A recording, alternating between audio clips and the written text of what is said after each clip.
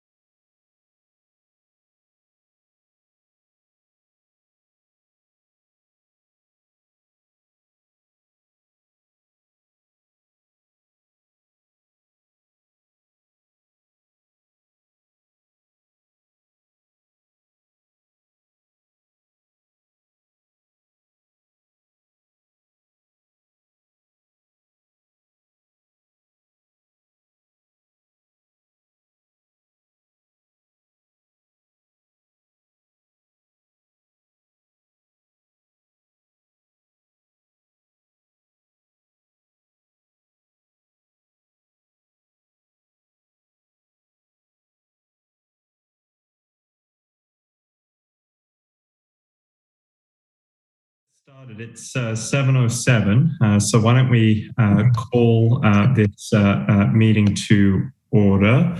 Again, we're continuing to meet virtually in this format. And Joe, why don't you run through some of the tech walkthrough? Sure. Welcome to our virtual meeting. If you lose connection at any point during the meeting, you can reconnect by clicking the link or calling the number in your original email. Members, if you are able, please activate your video and keep it on for the duration of the meeting. Staff, if you are able, please activate your video when you are speaking. All panelists, that is, alders, commission members, and staff, have the ability to mute and unmute themselves. Please continue to use the raise hand feature when you'd like to be recognized to speak, ask questions, or request a roll call vote. Lowering your hand will take you out of the queue. Members of the public have registered to speak. The name you entered in Zoom must match the name you entered in registration. You will remain muted until called upon. The clerk will tell you when your time is up. After speaking, a member of the ALRC may ask you a question. If you need to share documentation with the ALRC, please send it to the email listed on today's agenda. Chair, the floor is yours. Thank you very much, Joe. And again, I think as Alder Verveer noted, the applications from this special meeting of the ALRC will go to, I believe, and correct me if I'm wrong, Jim, they'll go to tomorrow night's council meeting. Is that correct? Yeah, there is one exception, and that is item number 2, the picnic beer. It was not originally on our agenda earlier this month, but the event is going to occur before the next ALRC meeting. So it would go before the September 21st Common Council meeting. Fantastic. Thank you very much for that clarification, Jim. Do we have any notified absences for this meeting? We do not. Okay. Can you please call the roll? Certainly. Alder Miadzi? Present. Alder Verveer? Here. Dr. Reese? Here. Donnelly? Alder Carter? Present. Fletcher? Here. Chair, we have quorum. Thank you very much, Jim. We move on to the approval of the minutes from our July 21st meeting. Is there a motion to approve the minutes from that meeting? Move approval. Second. Alder Carter moves, second by Alder Miadzi. Is there any discussion? Alder Miadzi, you have your hand raised. Is there anything you'd like to say? No, thank you. Seeing none, the minutes stand approved. So thank you very much for that. The next kind of item that we like to walk through are disclosures and recusals. Members of the body should make any required disclosures or recusals under the city's ethics code. Are there any disclosures or recusals that individuals would like to make? Seeing none, that would take us to the presentation of the consent agenda. At this time, a consent agenda will be moved with the recommended action or to grant with any recommended conditions if no action is recommended for each item, except items which have registrants opposed wishing to speak, items which members have separated out for discussion or debate, items recommending ordinance changes or operator license applications. So, Jim, why don't you read the kind of number of the items that are on the consent agenda, and then we'll go with anyone who wishes to separate out any of those items from the consent agenda. Okay. Before we do that, I just wanted to point out that we did pass the public comment, but just I want to state for the record that there is nobody registered for general public comment. So I'll go ahead and read our consent agenda items that we have proposed right now. Recommend the council to grant item number 2, temporary Class B retail license concurrent with street use permit. Change of agent items number 3, 4, 5, 6, 7, 8. Entity reorganization item number 9, and change of license premise number 12. A recommendation to re-refer from public hearing item 23. Although we do have them here, so I might we might want to see if the applicant actually wants to talk to that, because they initially had requested we move it to the September meeting, but I don't know if that's changed since we moved the meeting. And then the rest of the consent agenda, recommend the council to place on file without prejudice. All these items have been withdrawn. Item number change of license premise items number 10 and 11, and public hearing new license item 26, and a 21+ entertainment license item number 27. Okay. Are there any items which the committee or other staff wish to separate from the consent agenda at this time?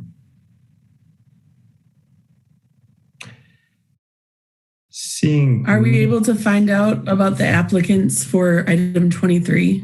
As Jim mentioned, they're on the call but had wanted it re-referred. Yeah, Joe, could we pull up the applicant for item 23 if possible?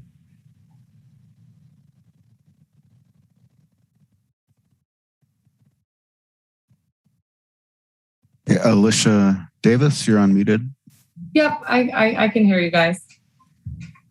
Alicia, good evening. Hope you're doing well. The city clerk may have a question for you around just clarifying the agenda item if you didn't wander into the background. So,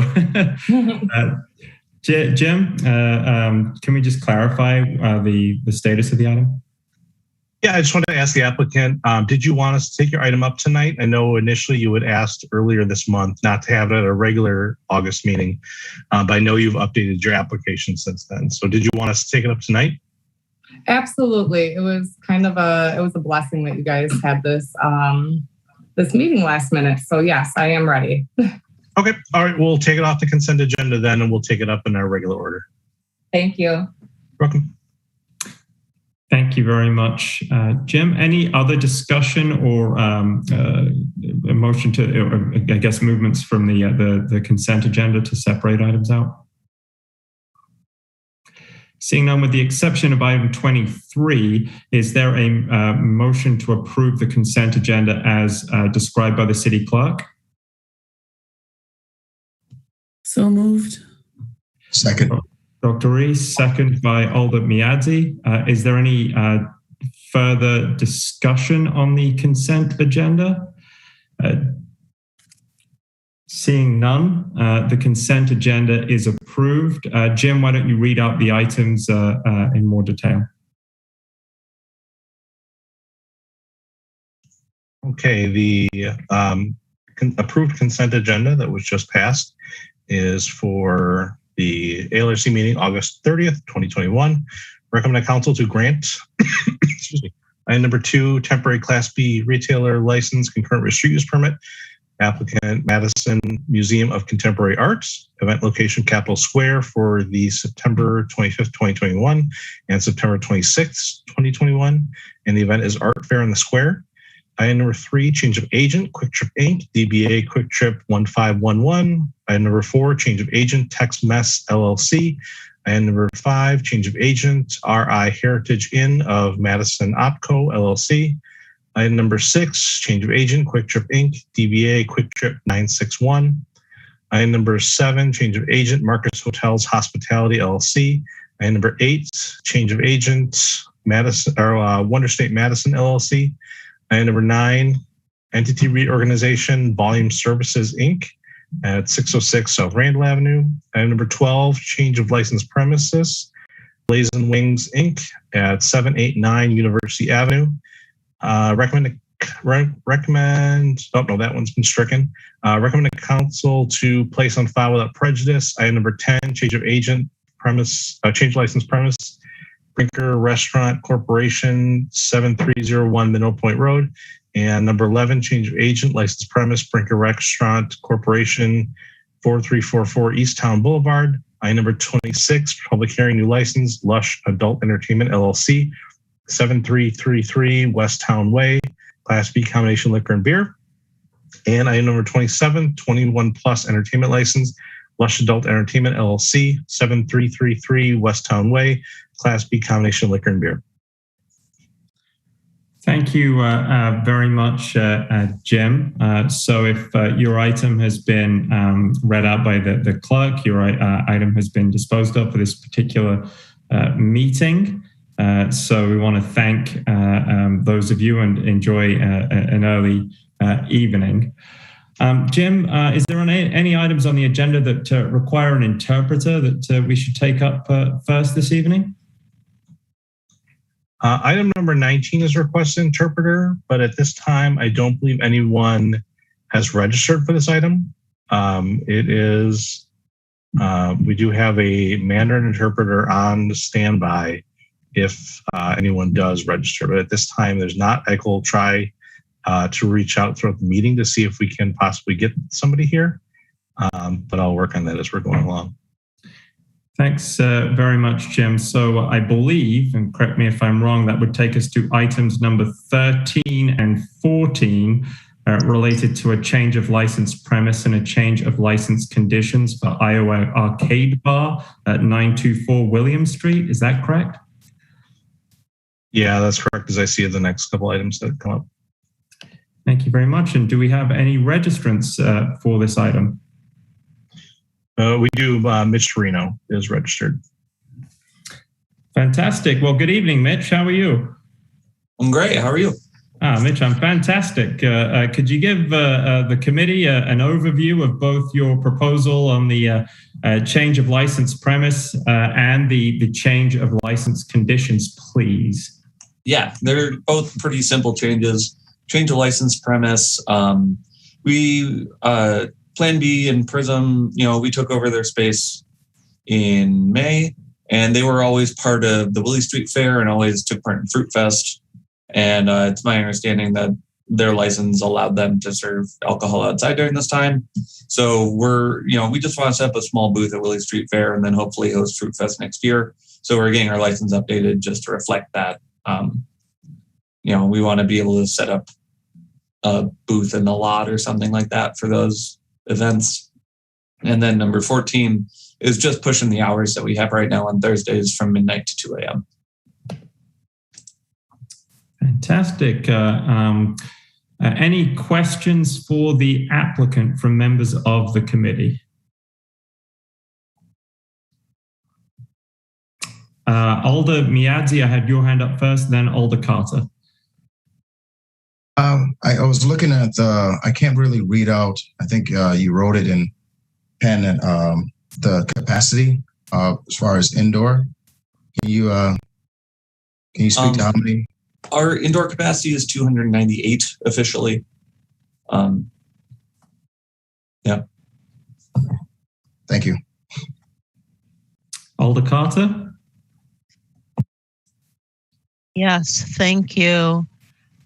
Mitch, can you tell me, have you had any communications with the neighbors going from what you were doing previously to Thursday to 2 a.m.?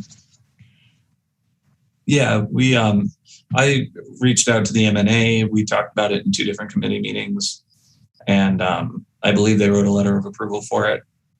Okay. And then for the 2 festivals, those are the only 2 that you want to participate in, is that correct? Yep. And then setting up a booth on your parking lot, is that correct? Yeah. And are you also going to have seating out there or just a booth and people walk around? I would think for Fruit Fest, we would provide a little bit of seating. For Willie Street Fair, that's largely in charge of the Willie Street Fair Committee. To provide seating at your parking lot? Yeah. Is that what you're saying? Yeah. Okay. Thank you. Great. Any other questions for the applicant? Seeing none, we'll move. Alder Miadzi. Sorry, I was just looking at the application. There was another section too that said a proposed outdoor. The number, I just want to get clarification on that number. It started with a 2000 something. It looked like. So I'm just. It's a really big number. I worked with Doug Milks from the fire department and basically just took the square footage of the entire parking lot and subtracted our booth, subtracted the exit stairs from IO, subtracted the dumpster stall that we have. And then Doug had me do the equation for it from their handbook on determining capacity. It's basically that's 5 square feet per person to fill the entire parking lot. So what exactly is that number, just for clarification? I was told I have to put down outdoor capacity. It's a number that the fire department essentially gave me to put on the application. Okay, well, what exactly is that number? Just out of curiosity, it's not written very well in the application. Oh, I'm sorry. Shoot, what was it? 2,540. 2,540. All right, thank you. Thank you very much, Alder Miadzi. Any other questions for the applicant? Seeing none, we'll move into committee discussion. The floor is open for discussion and/or motions on these 2 items. Alder Verveer. Thank you, Mr. Chair. I have a question on the Deputy City Clerk. Did you receive any correspondence from the Marquette Neighborhood Association regarding these applications? As the license holder stated, I guess he said he appeared at 2 M&A Preservation and Development Committee meetings, perhaps, or a board meeting.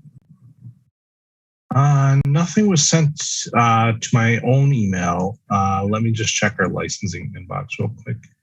But usually if something's sent there, people tend to send it to my attention. But I'm not seeing anything sent comment-wise for this agenda.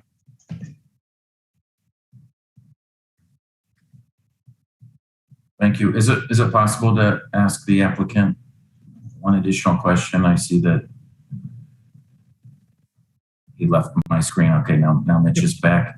Mitch, I obviously trust what you're saying. Can you just elaborate a little further, knowing that Marquette Neighborhood Association has traditionally been so deeply involved in any new or modifications to existing alcohol licenses? That did you state that you actually attended a M&A Preservation and Development? Yeah, I went to P&D and then I went to a regular meeting. I actually did.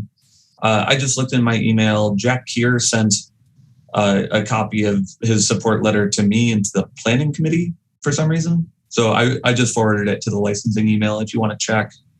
Great. Again, I don't dispute your veracity, so I'm sorry to feel that way. It just is uncharacteristic of Jack to not send us something in writing. I understand. He's quite dutiful about this stuff. I could, in case, Jim, you don't have it yet, Mitch, if you have it, could you just read it to us? Yeah, it says, Dear City Planners, the Marquette Neighborhood Association has been working with Mitchell Torino of Iowa Arcade Bar on 2 matters. Our July 19th meeting included support for Mr. Torino on both topics, including 1, a request to adjust the hours of service on his alcohol license so that Thursdays are in line with Friday and Saturday night service hours, This would mean closure at bar time rather than midnight. Neighborhood input has shown that IO Arcade Bar has an excellent track record for managing customers, avoiding conflicts, and working with neighbors on issues such as noise reduction. Therefore, we support Mr. Torino's request for Thursday night expanded hours.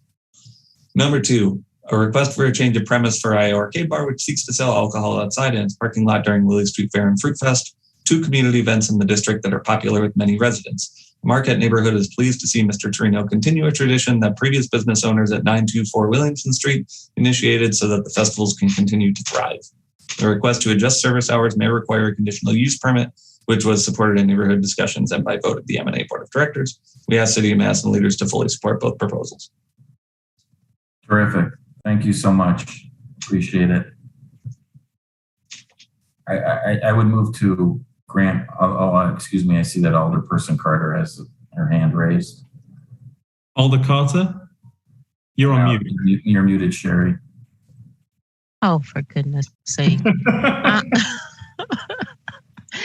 Jim, can you forward that letter to the commission? I just got it and I just forwarded it. Okay, thank you. Yes, thank you. And I second if no one seconded that. I was going to say thank you, Jim. I just received it. Yeah, so if I didn't formally make the complete motion, it would be to grant both of the agenda items. Sounds good. And there was a second from Alder Carter. This is for items 13 and 14.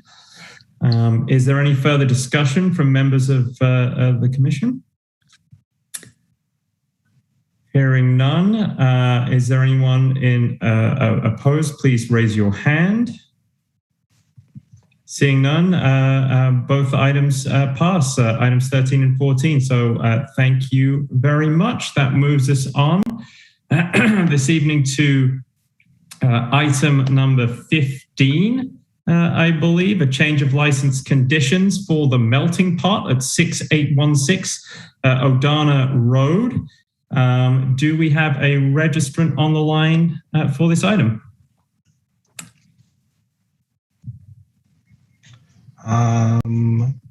For 15, I'm not seeing anyone registered. Oh, I'm sorry, someone who's registered. Robert Cuba.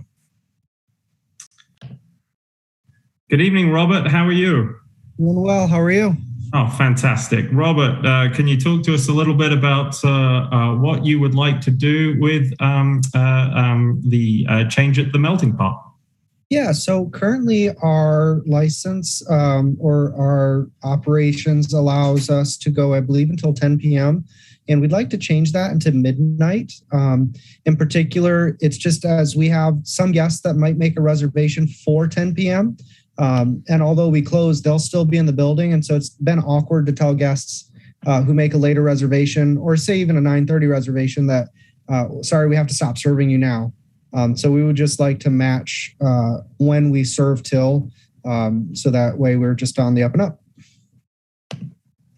Sounds good. Thank you very much, Robert. Any questions for the applicant?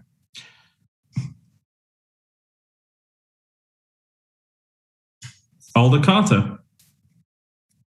Robert, is that 7 days a week? We'd like to, yes. And then can you also tell me what time you open? We open for dinner at 4:30 Monday through Friday.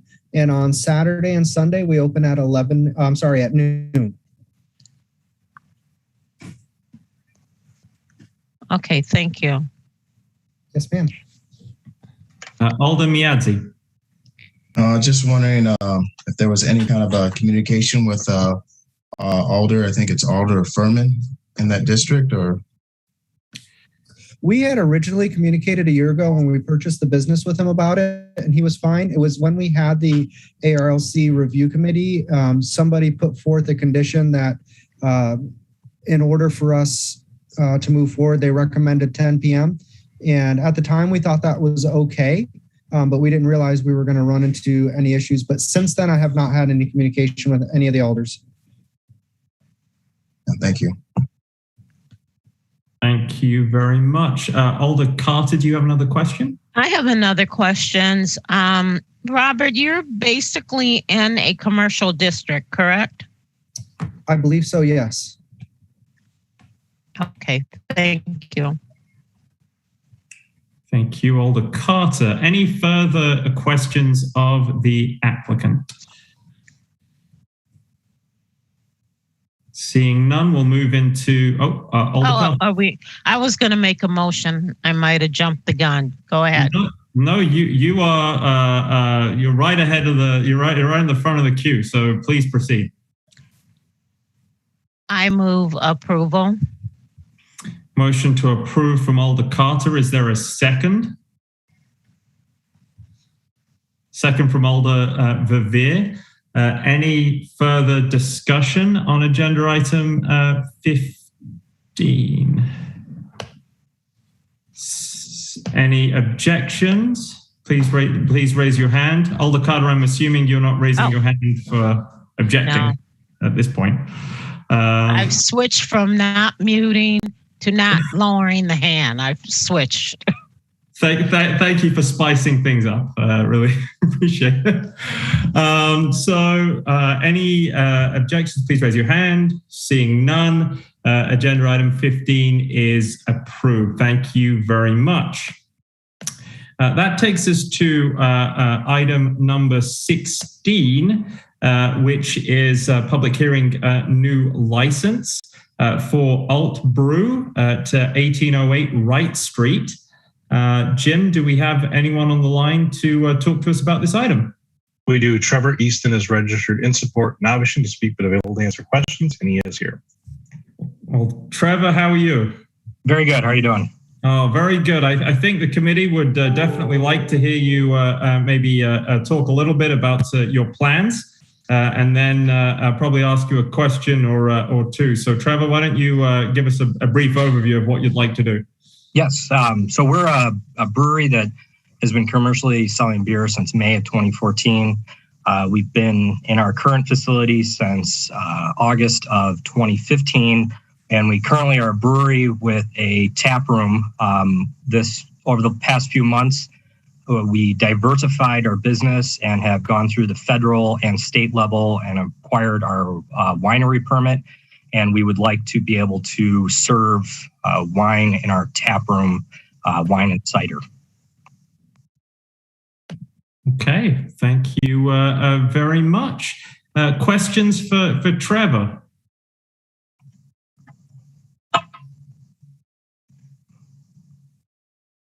Alder Verveer. Thank you. Thanks for being with us tonight. And I should have said this earlier, but I do apologize to each and every one of these applicants for having to reschedule tonight's meeting. My first question is, obviously, I recall that you were with us. Was it last year, or when were you last with us attempting to secure a wine license? Yeah, so that was back, it was right, I think April, because it was the first Zoom COVID meeting that had happened. And that's when we were last with you, and I'm happy to explain the difference of what we're applying for now. Yes, if you could. My recollection is you probably applied for a Class C wine license, but of course you're not eligible under the state statute since you aren't a bona fide restaurant.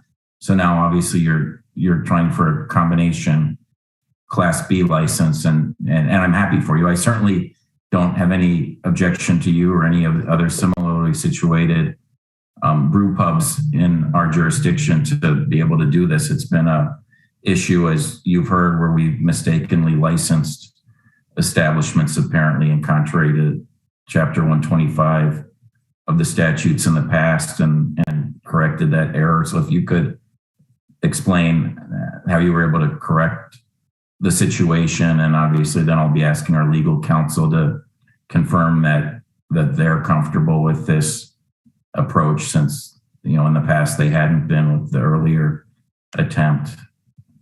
Yeah, I'm happy to explain it. It's kind of a confusing and way it works. So Chapter 125 does make a distinction between like brew pubs and breweries, where they're looking at brew pubs as being a restaurant that also has brews beer on site, and breweries as being more of a factory type producing beer. sort of along that lines, what we did that's different is before we weren't actually also a federally and state licensed winery. And so that is what has been the difference is we went through the federal process, and then once that's completed, the state process of actually establishing ourselves as a winery too. So we have the equipment to make wine and cider, and we'll start producing that. So really the difference is the sort of classification of what we were before. We were applying for a Class C previously because the way that our taproom sales ran, really about 51% of the food was food. But then when they started lumping in some of our wholesale sales, clearly that it just doesn't, because majority of our business is wholesale beer, and we'll continue to also with wine and cider. So really, it's we changed our classification and our federal and state license structure so that we are now actually fully licensed winery.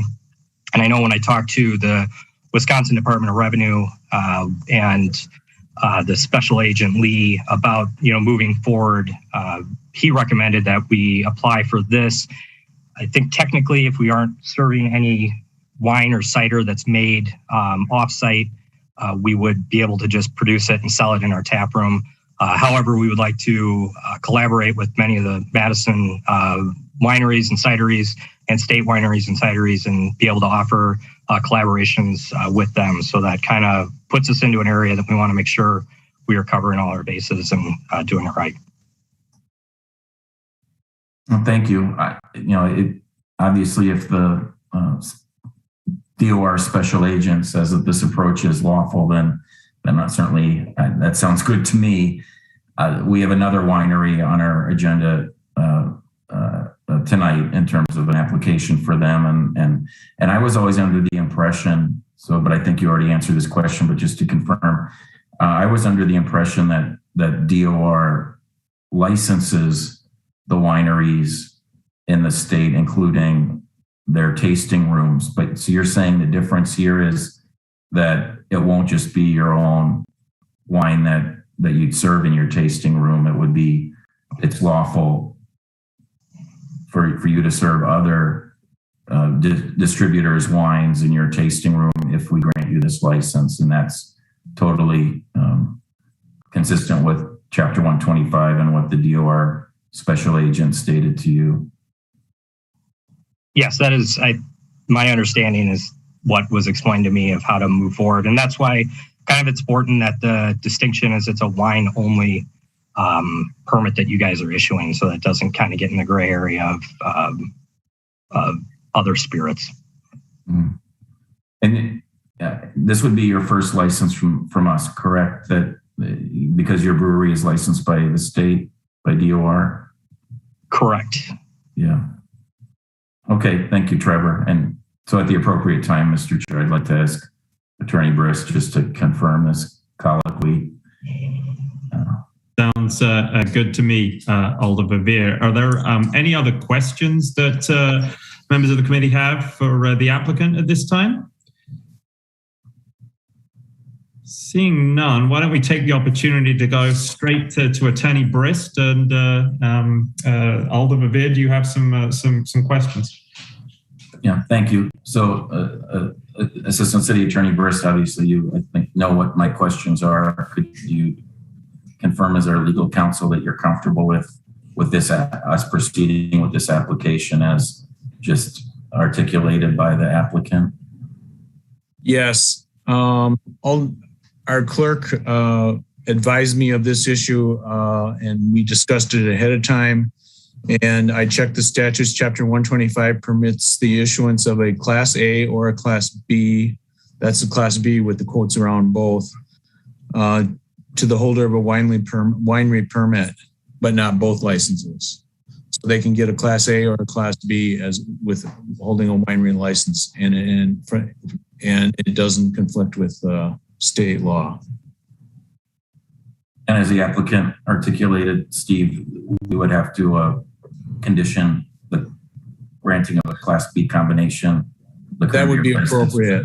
To wine only as a condition. Yeah, that would be appropriate so that we're limiting it to wine only at this point.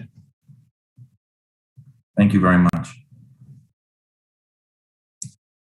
Any other questions, Alder Verveer? Go ahead. As you can say, I have no further questions. I would be prepared to make a motion, but if there are other questions, I'll certainly withhold. I believe the Deputy City Clerk has raised his hand. Yeah, I will say we recently, because what he's applying for is a very unique license that we haven't actually issued any other versions of this before, because we don't have a lot of wineries, and so a winery is permitted to apply for a Class B liquor license that only is able to sell wine. And this is different than our typical Class B combinations, because this license does not count against our quota. We're able to issue this one, and it has no bearing on how many Class B combination liquor beer licenses we're able to issue. So this is purely limited to wine. I've worked with IT, and so we're able to issue a license that does say Class B liquor parenthesis wine only on it, on the top of the license. So if you are comfortable with that it articulates at the top of the license, then in my opinion, I don't think a condition is warranted, because the top of the license will not say Class B combination liquor and beer. It will just say Class B liquor wine only on the top of it. And again, this is a license that is unlike the Class B combinations, where it's not going to count against our quota. Yeah, thank you. If I could just jump in, that sounds good to me. So then there wouldn't be any condition like we do with so many Class A's with gas pumps, for example. So that sounds brilliant, Jim. So just to confirm out of curiosity, so this applicant is being granted neither a grandfather nor a reserve Class B combination. The statute specifically allows for this, which is interesting. I've heard this, which is great news. And am I correct in that they then are even more fortunate that they won't have to pay us a $10,000 one-time fee for a reserve license? Correct. Yeah, it's another one we had to work with IT for, because we would just be charging them the $500 that is for a liquor license. We don't have a charge like that, because in the state of Wisconsin, you have to hold a Class B beer in order to get a Class B liquor. This is the one sort of exception. So normally when somebody gets a combo, we're charging $600. So we actually have to change our fees in our licensing system to only charge the $500 for this Class B liquor. So they would not be having to pay any reserve fee or any additional fee beyond that regular licensing fee. Very good. This all sounds good to me. Again, I'm happy to make a motion if appropriate. I don't want to get ahead of anyone else, though. Any further questions? Otherwise, we'll move to a motion. Alder Verveer, the floor is yours. Thank you. Then I move to grant a Class B liquor license, wine only.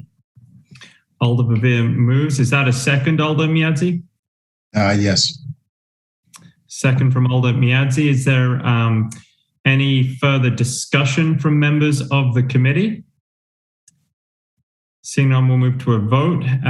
Anyone who is opposed, please do so by raising your hand. The motion's approved unanimously.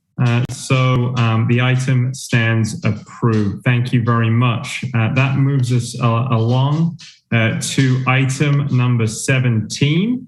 Public hearing new license for Defying Gravity LLC, doing business as Cordial at 516 South Park Street.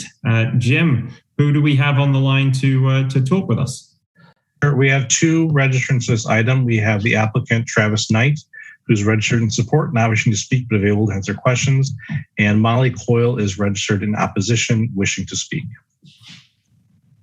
Fantastic. Let's start with the applicant. I think that makes the most sense in this situation. So, Travis, good evening. How are you? Good. Thank you very much. How are you? Oh, I'm great. Thank you very much. Travis, why don't you give the committee a brief overview of what you would like to do? Absolutely. We're taking over the old Rustic Tavern space. We're going to do some minor remodeling. We aim to do a little bit more food and snacks and kind of spiff up the place a little bit. Okay. Well, thank you very much, Travis. Members of the committee, do you have any questions for Travis?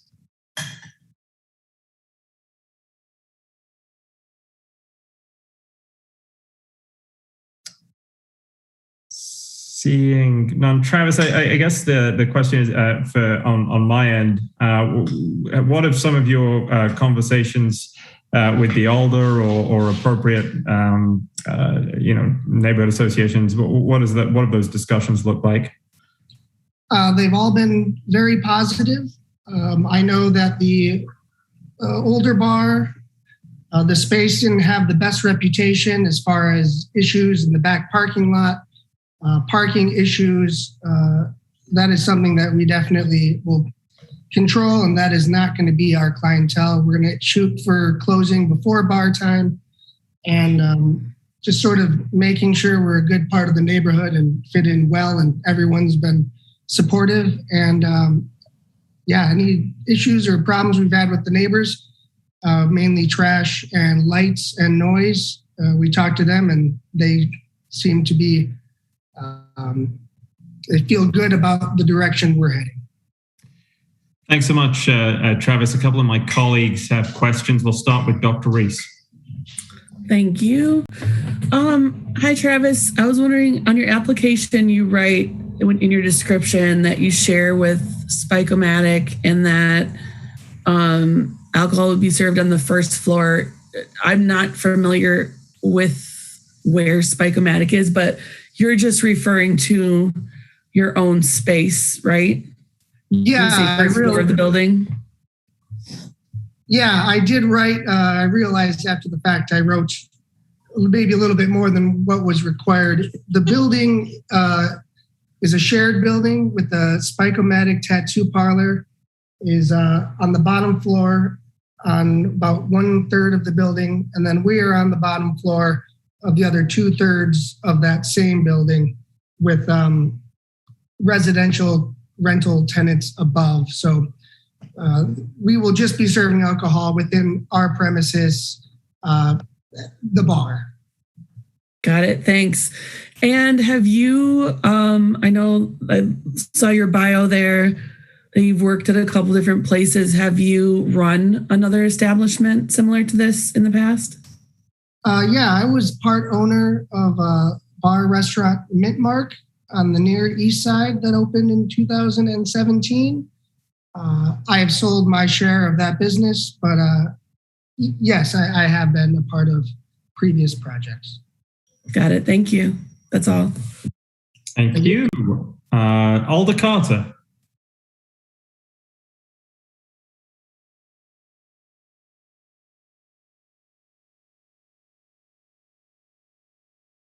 Travis, my question to you, do you have two separate entrances from Spike-O-Matic? Yes, Spike-O-Matic has its own entrance, and then we have our own entrance. And you talked about the 4 parking spots in the rear. Are those going to be marked no parking or reserve? It sounded like you said there was some issues with the public, maybe parking in those 4 spots.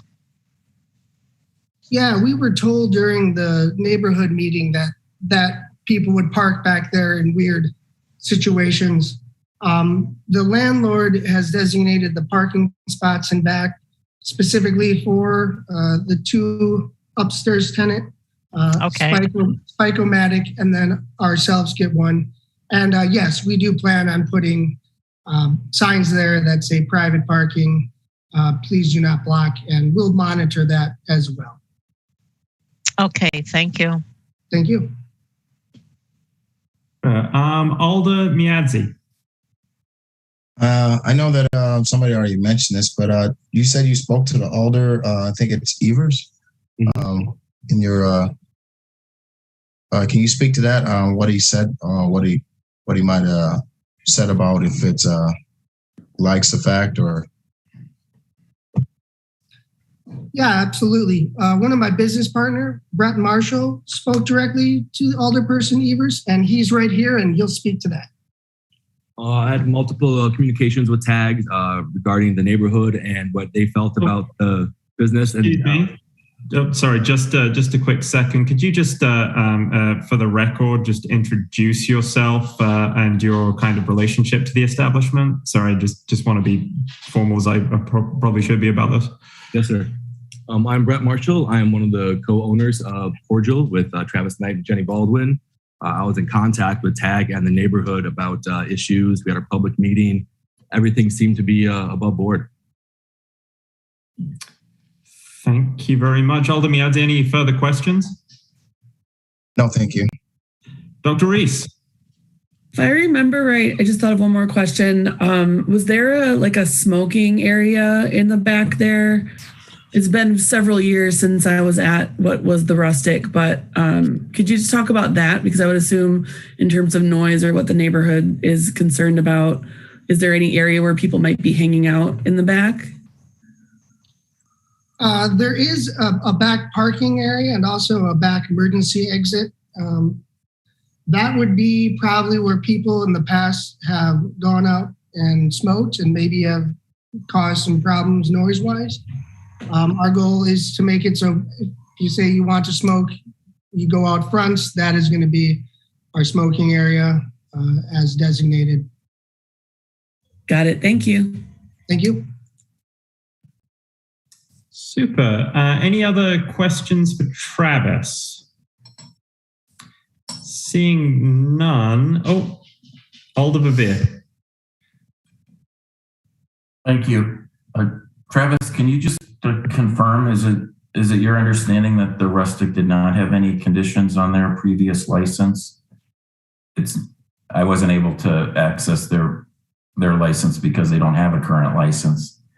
And the city clerk's office can probably help us with this question too, but are you aware, were there any conditions on the Rustic license? As far as I know, there were none. I did contact the city multiple times, just making sure that everything was good to go with the liquor license, and they said everything was fine. Okay, so I'm sure that Jim is searching for an old license as we speak to answer the question for me. As he's looking at that, the only other question I had was, since Brett is right there with you, is Jenny right there with you as well? I am. Hi, Jenny. Just wanted to say hi and congratulations on your new endeavor. Thank you so much. Very excited. It's been a long time since I've seen you. It has been. Well, good luck with everything. Have I filibustered long enough for you to let us know the answer to the question, Jim? Thanks. You did. There were no conditions on that license. Very good. Thank you. Thank you both. Thank you. Anything further, Alder Verveer? Nothing further. I can make the motion again if there's no further questions. I believe we have an individual who is in opposition wishing to speak. Oh, very good. Okay. Certainly will withhold. Molly Coyle. Molly, can you hear me? Yes. Hello. Hello, Molly. How are you? Good. How are you? Very good, Molly. So you registered in opposition, wishing to speak. So the floor is yours, and Molly, please kind of speak to the committee. Sure. My name is Molly Coyle, and I own the neighboring building. The concern that I'd like to bring up is a sump pump at the old Rustic location. The concern with it is that it was discharging water into my parking lot. In the spring, there were some new PVC pipes that appeared out the side of the building, and there was some flexible tubing that directed the water to my parking lot. I had made a few attempts to contact the owner by phone and in person and didn't get anywhere. So later in May, I contacted the city and I spoke with a gentleman named Scott Shearer, and he said he would help me work on that. He initially said that he was not able to contact anyone, and at that point, I hired my handyman to do a temporary fix to redirect the water. So this basically involved attaching some flexible tubing to redirect the water toward the street so that it wouldn't flood the parking lot. The big concern is just as the weather gets colder, this temporary fix is just not permanent. It's not going to hold.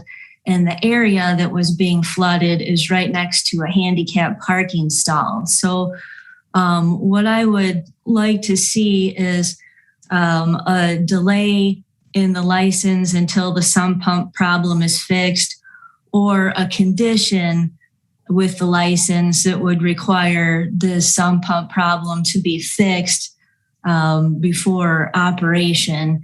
And I did talk to Travis about this earlier, so this isn't new information from him.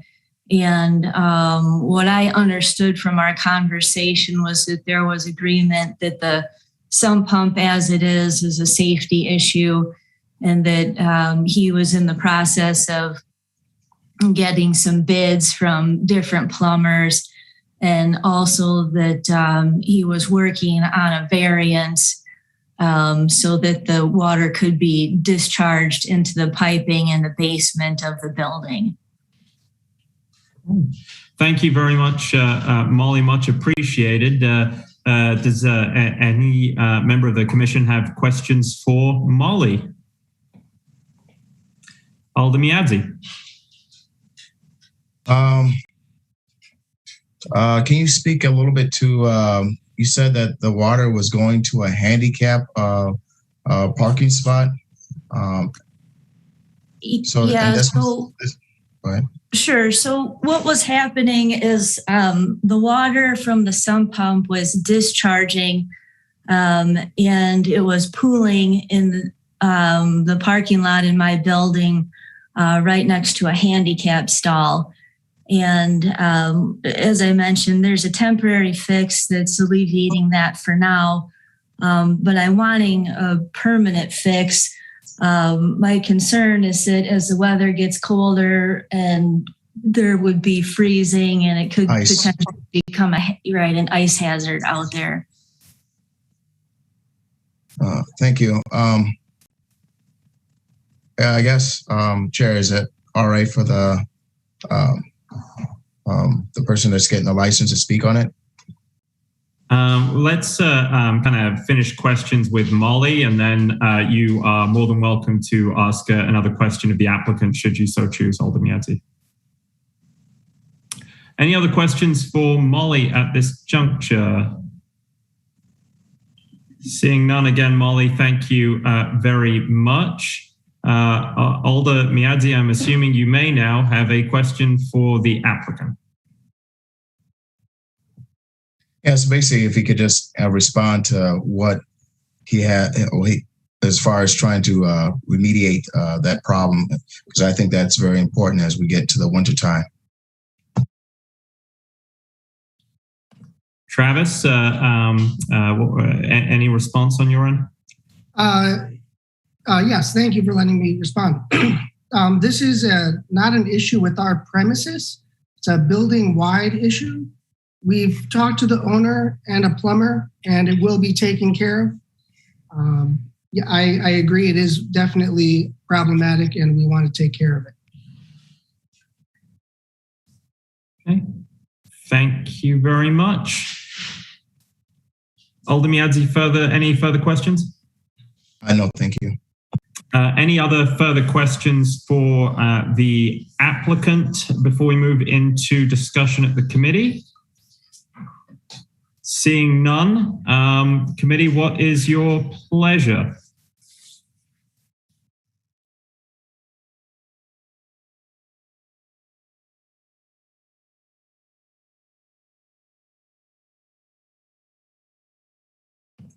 I'll go with Alder Miadzi, then Alder Verveer.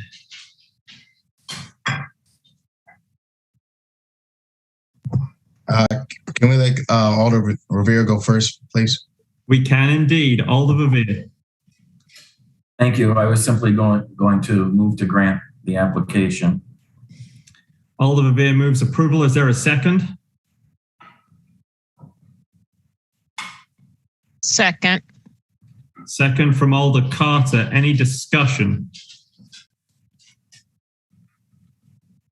Seeing none, we'll move into a vote. All those opposed, please do so by raising your hand. Seeing none, the motion is approved and the item is approved. Thank you very much. That is item number 17 for Defying Gravity LLC. That moves us to item number 18, public hearing, new license for Quick Trip Inc., doing business as Tobacco Outlet Plus 514, located at 1117 North Sherman Avenue. Jim, who do we have on the line? David Ring is here for the application. Good evening, David. Good afternoon, Vice Chair Fletcher. How are you doing tonight? I'm good. How are you? Doing well, thank you, sir. Oh, great. David, what are you trying to do? Give the committee an overview would be fantastic. You bet. Thank you. Quick Trip is applying for a Class A beer and Class A cider liquor license. These are two licenses that we currently have in our current store location at 1113 North Sherman Avenue. We will be moving immediately next door to the current space. It's going to double our square footage roughly from like 2,500 square feet to roughly 5,000 square feet. We currently have about 2 full-time, 4 part-time coworkers. With the expanded space, we'll be adding probably 1 to 2 part-time coworkers. We've been in the current location since January of 2000, so for about 21 years. The store build-out will be completed roughly by the end of October.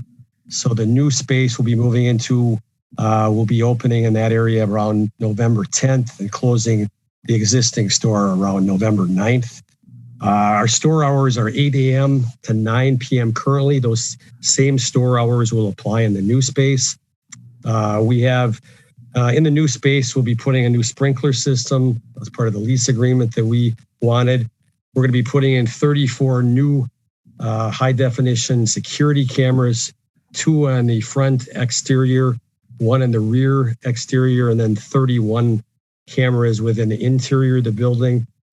We are going to be adding, with the larger store space, we're going to be going from about 16 feet of grocery items to approximately 40 feet, expanding our fresh food options, including meat, produce, and ready to eat meals. So it's kind of a hybrid basically between a conventional Quick Trip store and a Tobacco Outlet Plus. So we're excited about that because we'll be expanding the food selection to our guests in and around the neighborhood area. We did meet with, I did speak directly with Alder Abbas about this. He did not feel there was a need to have a neighborhood association meeting based upon the fact it's an existing store that's been there for 21 years. We're just simply expanding the square footage and adding and expanding our food offerings. The beer cave, interestingly enough, is actually going to be smaller. Currently, it's about 400 square feet. It's going to be shrunk down to about 368 square feet, simply because we're going to be repurposing an existing store cooler from a store that we closed. So I think that's kind of about it. So at a different meeting, we are going to apply for a different, some additional licenses, potentially for hard liquor and wine, but the application will come before the LRC at the September 22nd meeting. So just tonight was just for the Class A beer and Class A cider that we've had in that store for approximately 21 years. Thanks very much, David. Much appreciated. Any members of the commission have questions for David? I guess, David, while my colleagues might be kind of thinking of questions for you, I do have one. Is this concept that you mentioned and the size of it unique or not? Just to give a sense of scale and whether something like this has been operated before elsewhere in the state of Wisconsin? Yes, we do have other Tobacco Outlet Plus stores throughout Wisconsin, and so it is not new. We just what we're trying to do is expand our food offerings in addition to what we have. We have a humidor for tobacco products. the Beer Cave for obviously those type of products. But we have a certainly strong demand from our guests for expanded food selection.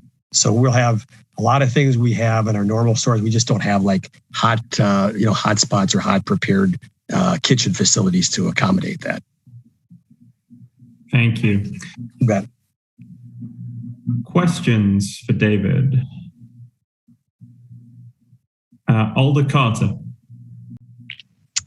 Hi, Dave. It's nice to hear from you again. Thank you. Good to see you too. Yeah, is the hours different from the other quick trips in the city? Yeah, I think it probably is. I don't have the other hours. Some of them are open later, sometimes till 10, 11 o'clock or midnight. This has always been kind of in the Northgate Shopping Center, just to basically, I think, conform to the shopping hours of the other stores in that particular area. Okay, thank you. You bet. Alder Verveer. Thank you. Yes, welcome back, Dave. I just wanted to use this perhaps as a teaching moment. In your application, you said you were applying for a transfer of the license, but it's listed as a new license on our agenda. Is this indeed a Class A transfer or a new license? If you could help me with that. Yeah, sure. Certainly, Alder Verveer. Good to see you too. I think initially with our team, we thought it would be a transfer because it's, the same store, it's just a different location. But then I know the city clerk's office clarified that, said that we would need a new license because it's a new existing physical location. So it would be, I think, it was explained to us that we would have to apply for a new license rather than a transfer. I know that you obviously handle this for Quick Trip statewide, so you're an expert at the statute, not I. But are Class A's allowed to be transferred? If so, I don't understand why it wouldn't be a transfer if Class A's are allowed to be transferred. Yeah, we agree with you. That's kind of why we first submitted the application as a transfer, and then I think it was explained to our legal department that the application had to be, resubmitted as a new one with the transfer. So we were of the same thought process you were, Alder Verveer, that it would just be a transfer rather than a new one. But we were made aware that was not the case for whatever reason. Thank you. It looks like thank you. It looks like Assistant City Attorney Zillavi wishes to volunteer to help me out with this curiosity question. Whether I can help you out is another question. So Mr. Ring, was that from the health department that you got that information? Assistant City Attorney Zillavi, I'm not sure, to be honest, because I know it was Deanna Hafner who in our legal department handles all of the licensing applications. So I didn't deal with it directly. So I apologize. I can't answer that. Because I think under their regulations, when it relates to tobacco and a food and drink license, that I think the administrative code maybe changed recently, and previously you could transfer that particular license, but with the change in the code, you can no longer transfer that license. However, you can transfer a Class A liquor license. So under the health department, you couldn't transfer the existing food and drink license and tobacco license. However, you could transfer, unless I'm wrong, Jim, but I thought we could, that ours was independent of the health, tobacco, and food and drink license. To my knowledge, the only alcohol license that can transfer is a Class B combo regular or grandfather license. That's the only alcohol license that can transfer. Oh. And that especially impacts Class B combos that are reserve licenses, because those are 10,000, and those are our most detrimental, probably need to be transferred, but the state statutes don't allow those to be transferred. Don't allow the Class A. Correct. Yeah, the only one, to my knowledge, is the combo of a regular or grandfather license, however you want to call it. Okay. Just to jump in here, we haven't had a Class A transfer in a long time. If we have had them, and I just couldn't remember if the statute disallowed those, and that's why we haven't seen them, or whatnot. Since I know that Quick Trip obviously has, I won't even hazard to guess how many establishments statewide now, and I guess in other states. But as it relates to the Wisconsin statute, I figured you folks would know for certain if Class A's could be transferred or not. But you're saying, Deputy City Clerk Verbeek, that only grandfathered Class B combinations can be transferred under the statute, not Class A's or Class C's. Correct. That's my understanding. Well, very good. Okay, sorry. No, I just should, for my bedtime reading tonight, I'm going to read chapter 125. That'll put me to sleep and learn all this stuff. I've only been on this committee for a million years. And I actually just learned last week about the change in the admin code for the health-related licenses, because you used to be able to transfer those and now you can't. So those have to be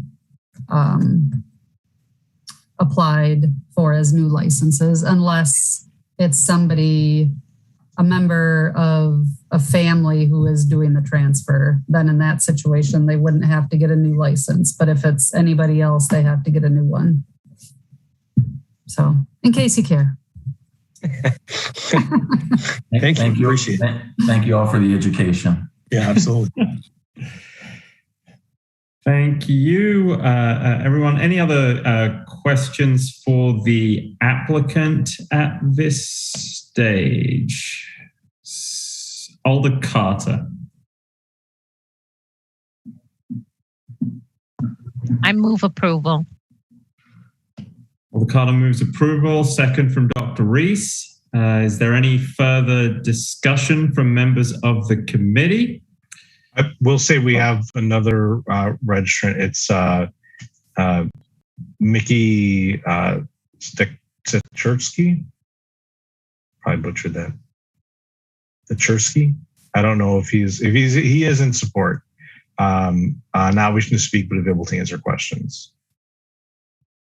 Okay, Mickey, not wishing to speak, but does anyone have any questions for Mickey before we vote?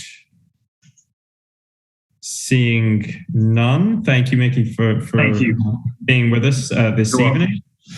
That moves us into a vote. All those opposed to the motion, please signify so by raising your hand. Alder Carter, I'm assuming your raised hand is not in opposition to your own motion.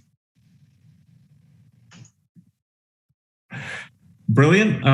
So that is unanimous. The agenda item is approved. Thank you very much.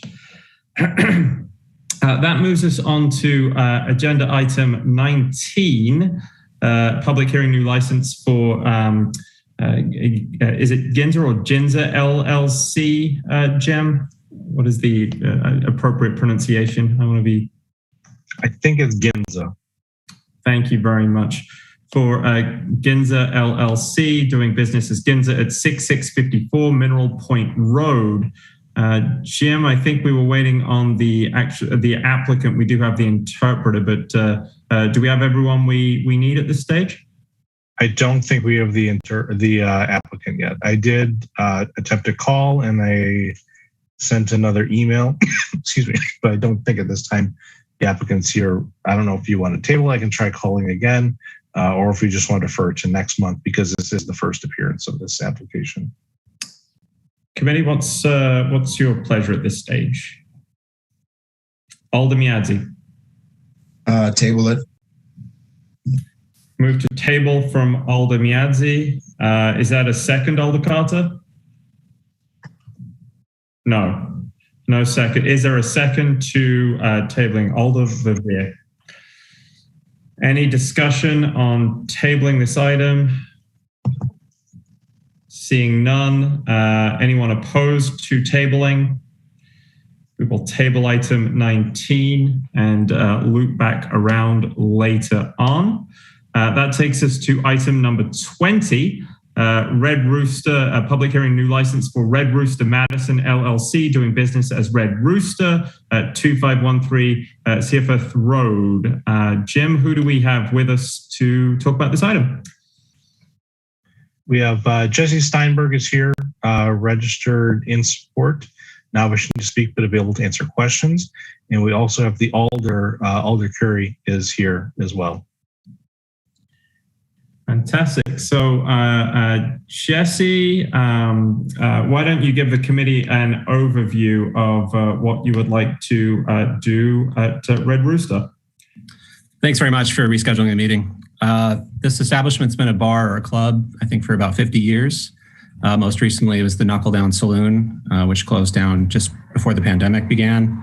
It was there for about 10 years, and they had live music, beer and food, liquor as well. So we're reopening the club, a bunch of partners and I, and we're going to continue the live music and alcohol and food sales. Our plan is to have music Thursday, Friday, and Saturday nights, and eventually, hopefully, expand to having some outdoor music. But for the time being, it'll all be indoors. Thanks very much. And I will say that.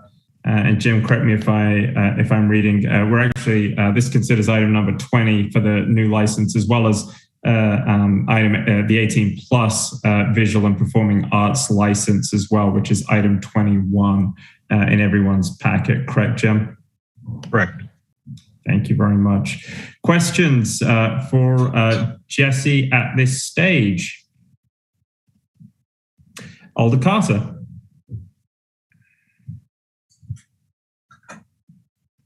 You're on mute, Alder Carter.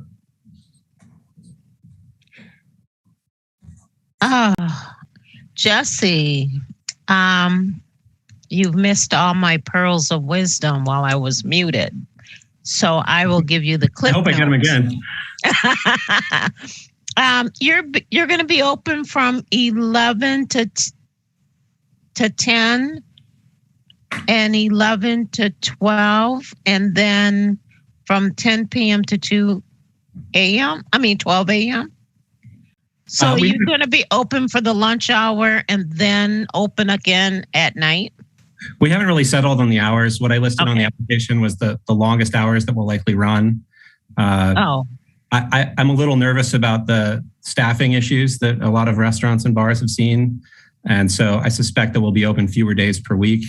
And we'll probably just open in the evenings for dinner and then music. But the goal right now is to be open 5 or 6 days a week and be open during the lunch hours as well as the dinner hours, and then having music a few nights a week. Okay. And then the other thing is 18 plus. So how are you going to do, if I'm right, security on that? Right. So I suspect that about 95% of our shows will be 21 plus. But maybe a couple shows a year we'll have 18 plus. I could see us booking, say, a high school band or a comedy night or something like that, where we might want to open things up to a wider age group. And so in cases when we do that, we'll have extra security at the door. We'll have wristbands and hand stamps to indicate who's of age to drink alcohol, and have quite a bit more checking of IDs at the bar and things like that. To make sure that we're not serving people that we shouldn't be. Okay, thank you very much. Thanks, Alder Carter. Dr. Reese.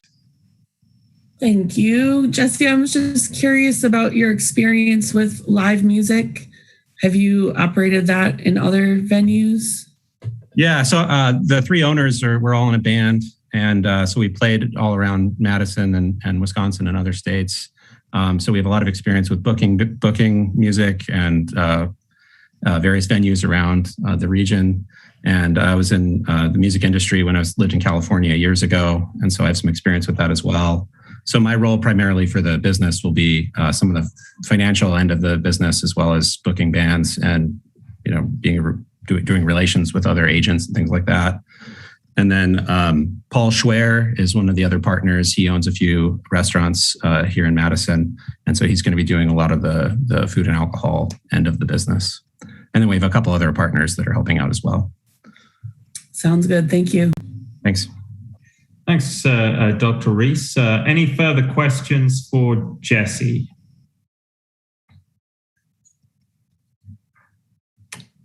Hearing none. That moves us into discussion among the committee members and staff. Any comments or indeed a motion would be in order as well.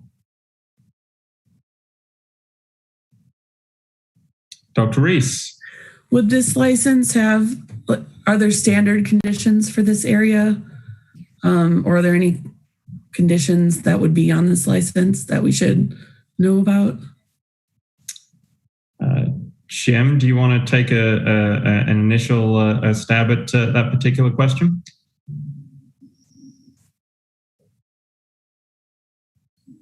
Let me check real quick. I don't think this is a particular area where we have standard conditions, but I'll check. Okay, while Jim is waiting, there are several people in the queue, so I'll go with Oliver Veer, then Alder Carter, then Assistant City Attorney Zillaby. Alder Veer. Thank you. Now would be the appropriate time to hear from our council colleague, Alderperson Curry, and I appreciate that she's joining us this evening and noted that she was with us at her failed attempt to meet earlier this month as well. So if Alder Curry, if you have input you'd like to share, now would be a great time to share it if possible. Sure, thanks. Thanks for letting me speak. I am honestly here as this is my first process as a new alder, seeing applications from beginning to end, but also as support. So I think of special mention should be, we posted for a public meeting, even though I'm not exactly sure Jim will have the exact zoning or conditions. But very industrial, business friendly. The neighbors next door playing music. There was a large gathering, and it was a gathering of folks who have attended this venue for decades, years, folks who are part of active music scenes, part of musicians themselves, artists. So that to me showed that no matter who is operating at the Red Rooster, the former Knuckle Down Saloon, that there is residential support, there is residential need. Folks are ready to get back and commune with each other. So I'm in support of the project. The 4 gentlemen that are co-owners on this have been extremely helpful. They answer lots of questions as a new alder, as I had. Yeah, they have my full support. Thank you very much. Alder Veer, any further comments or questions from you at this stage? I have no questions of Alderperson Curry. Again, thanks so much for being with us both tonight and our attempt at meeting a few weeks ago. I do have something not for Alder Curry though, if I could mention to the applicant. Yeah, the floor is still yours, Alder Veer. Okay, thank you very much. So I took the opportunity to just see if there were any conditions on the previous license for Knuckle Down, and noticed that there were none. So that's nice that we don't have to worry about previous license conditions at this premise. But I did note that there's a couple of years worth of delinquent personal property taxes that the establishment still owes the city. And I just wanted to let you know that unfortunately you'd be liable for those, and wanted to make sure that you were aware of that. And the deputy city clerk can correct me if I'm wrong, but my recollection is that the license, any previous tax debt owed to the city at a previously licensed establishment is the obligation of the new license holder. So I just wanted to make sure that the applicant was aware of that. If we could bring him back into the conversation, please. Mm-hmm.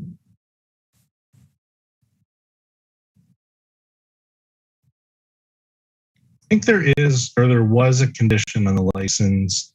The license last read, Common Council granted license March 2nd, 2010, with the conditions agreed upon with MPD, lighting on the south and east side of the building, private security system cameras installed. Oh, yes, I see that now, Jim. Yeah, it's obviously it was before you staffed our committee. It's written in a very odd way at the bottom of the license without listing the conditions as we normally do.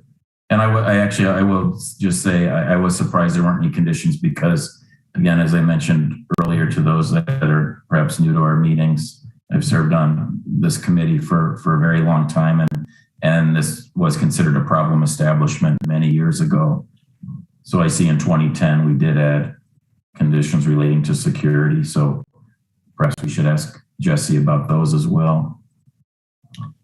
Sounds good. Jesse's back and available for questions. Yep.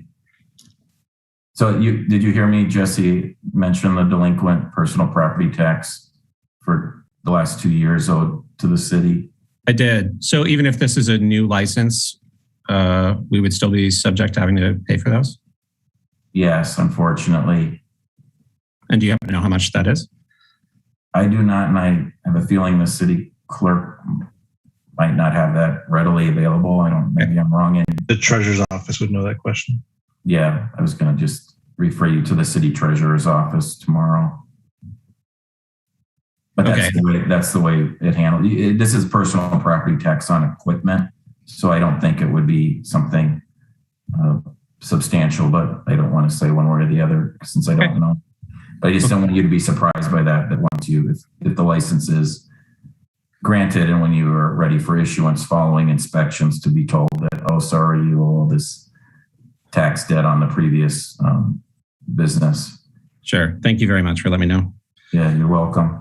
And I can speak to the cameras and lighting. So there were lights installed from the previous owner, but I think they're inadequate. So we're going to be upgrading the lighting in the back. And we've already installed 6 cameras externally, and we'll probably add a couple more. So I think the conditions are going to be met. Yeah, very good. Yeah, as I said earlier, the previous license, which has now since expired, was rather ambiguous. It simply said agreed upon with Madison Police Department, lighting the south and east sides of the building, private security system, whatever that means, I'm not sure, and then cameras installed. But so it sounds like, Jesse, you have all of those covered in a robust fashion. Yeah, I think so. Okay, very good. Let me also say that as the elected representative of one of Paul's restaurants downtown on West Gilman Street, he has clearly been a very responsible operator all the years I've known him. So I just wanted to say that now, rather than. Thanks. I'll relay the message. Yes, tell Paul I said hello and congratulations on this latest endeavor, please. Thank you. Thank you. Thank you, Mr. Chair. Thank you, Alder Verveer. Alder Carter. Alder Carter, you might be on mute. It just never ends. Jesse, I got a question about your informational that you had. Were there any residents? Alder Carey talked about the artist community come in, but are you surrounded by residential or are you in a commercial area? It's very much a commercial area. So I don't know how many feet it is, but it's hundreds of feet before the residential. Yeah. And in all the years that we've played there as a band, and we know the previous owner pretty well, I don't think there's been a single noise complaint. And we're going to run a tight ship when it comes to those things. So I think we're going to be okay. And there is, and Alder Verveer probably will know the sentence that I'm trying to think of, but I would like to see the cameras working at all time and keeping the video for a specified amount of time. Yeah, definitely. And we have a server at our establishment already that I think keeps it for 2 months. Okay. So yeah, and they run 24 hours a day. Yeah. Okay, thank you. Thanks, Alder Carter. Any further questions for the applicant? Seeing none, further discussion or a motion would be in order at this stage.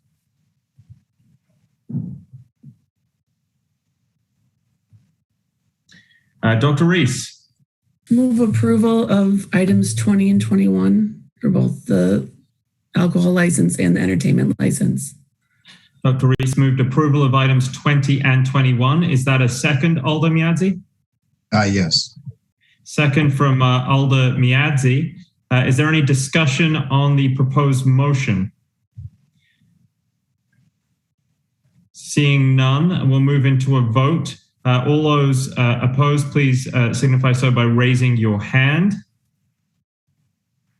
Seeing none, both items 20 and 21 are approved. Jesse, congratulations to you on that. I'm sorry, who made the motions, the first and the second? It was Dr. Reese and seconded by Alder Miadzi. Thank you. Thank you. That brings us swiftly on to item 22, which is a public hearing new license for French House Inc., doing business as The French House at 633 North Francis Street.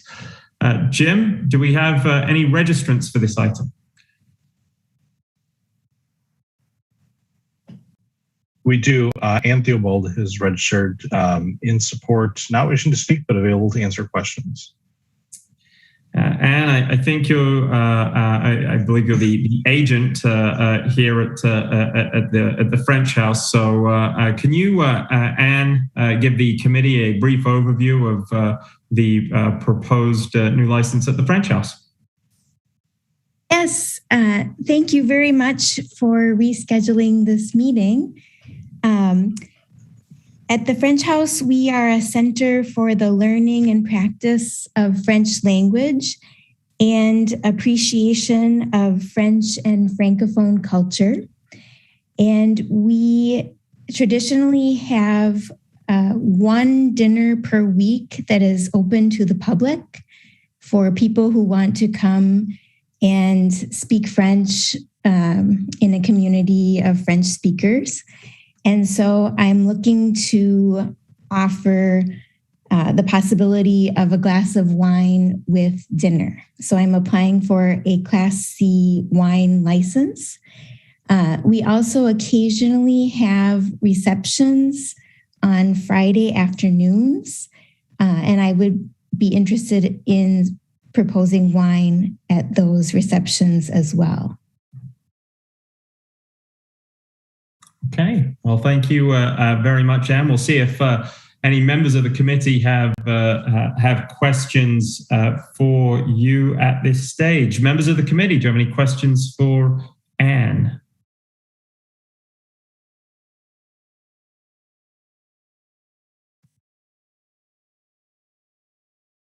Seeing none at this point, Anne, we might come back to you in a bit. That would open the committee up for discussions or a motion.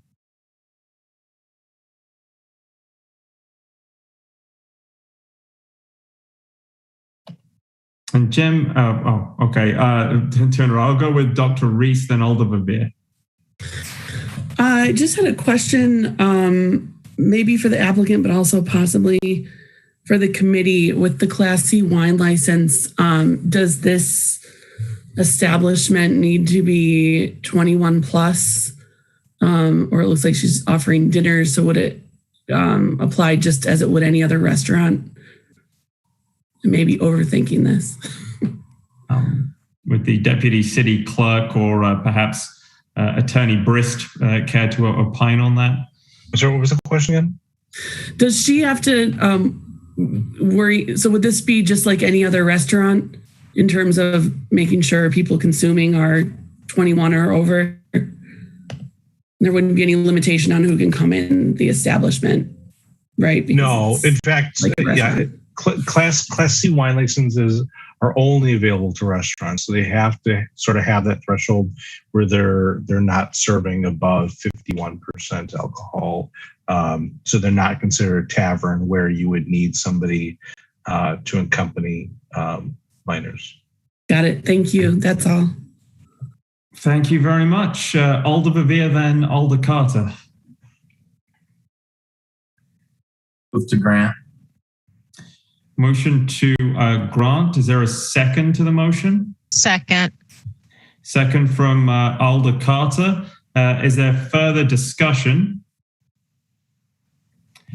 Seeing none, we'll move into a vote. All those opposed, please signify so, as always, by raising your hand in the chat. Seeing none, agenda item 22 is approved. Thank you very much, committee members. Thank you, Anne. That moves us on to item number 20. Yes, Jim, you turned your mic on. So do you have news? Yep. So the applicant is here for item number 19 for Ginza LLC. So we can take that item off the table if the committee so chooses. Thank you very much, Jim. Jim, at this point, would you also like to swear in the interpreter before we get going? Yep. If I could have the interpreter raise your right hand, you affirm you accurately interpret English to Mandarin and Mandarin to English. You're currently muted. I didn't hear the response. The whole unmuting thing, right? Yep. Thank you. Thank you very much, Jim. So would the applicant please state kind of what the plans are at Ginza? 那申请人能不能说一下，你是在 Ginza 是怎么个安排？你好，我听起来呢，我就是说现在呢，以前是个中餐嘛，然后对这个疫情搞一下，然后的话然后中餐变成关掉了嘛，关了1年多，然后投资的也很多，也亏也蛮多钱，然后的话我以为不开了嘛，不开，然后的话房东，然后开头也同意我不开了嘛，然后收回这个四川咖人嘛，然后收回家嘛，然后的话。还另一个房东的老板呢，股东的可能房地产公司那现在过去1年多了，然后他不肯了，他要叫我这个例子，你还要必须要收回家，不收回家，意思说你还要继续开，不开的话要叫我赔了他20多万钱，20几万，然后哪里这么多钱呢？我没办法，然后我现在钥匙就把我再拿回来了，拿回来我就想餐馆再把它变一种。做那个丁仔做绿餐嘛，做绿餐做休息啊，这样做谈吃店装一间，就是这个安排，想说希望各位政府的领导支持我。我是说做绿餐的话，我是说可能的品牌的话也很需要嘛，他肯定要喝一点点调酒啊，比较配休息啊，调酒啊，可能做一点生意嘛，想支持你们支持我度过这个难关嘛？拼点。Yeah. So the plan is previously it was a Chinese restaurant, and then during the pandemic we ended up having to close. So it was actually closed for the last over a year, and we lost quite a bit of money because of that. And then initially the landlord had agreed for me to just have the restaurant be shut down and not be open. It was the Szechuan Garden restaurant, but then afterwards the property owner had actually went back on his word and said that you can't just not open, that you have to reopen the restaurant. You have to keep it going. Otherwise, if you don't want to keep it going, you have to, pay out like $200,000 to have it closed. So just kind of hoping that, kind of get some support from the community leaders, so I could try to get this business open back up. So I'm planning on doing the Japanese cuisine at this location at Ginza. It'll be with sushi, planning on having indoor seating, and then also kind of hoping to be able to have some cocktails to go along with the sushi. So kind of hoping for everyone's support. Thank you. Members of the committee, do you have any questions at this time?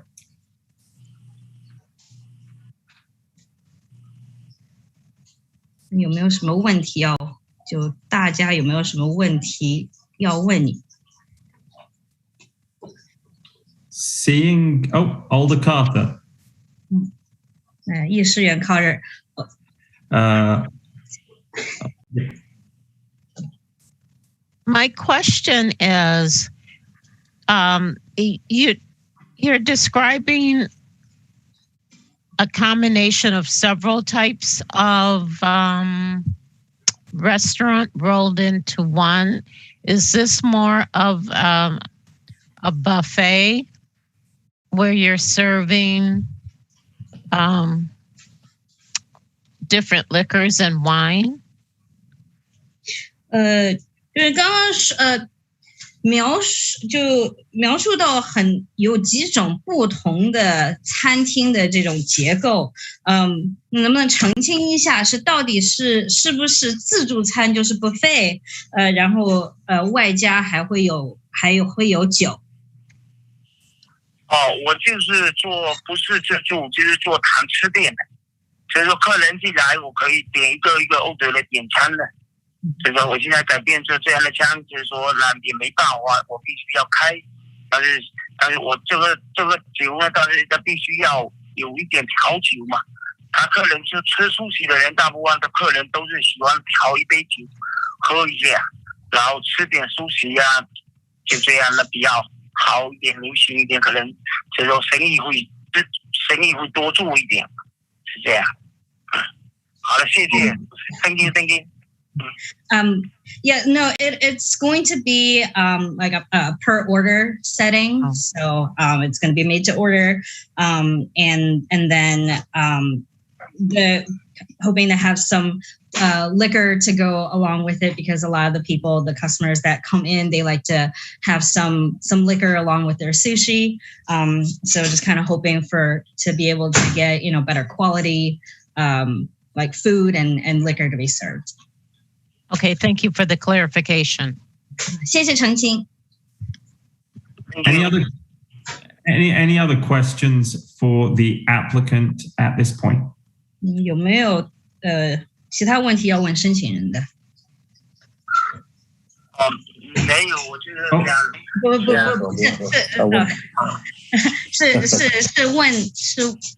是问政府的市议员有没有其他问题要问你？等着好。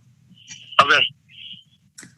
Thank you. So we'll move into committee discussion, and if the interpreter would just remind the applicant that unless the committee has a question for him, we'll just kind of proceed with committee discussion in amongst the committee members.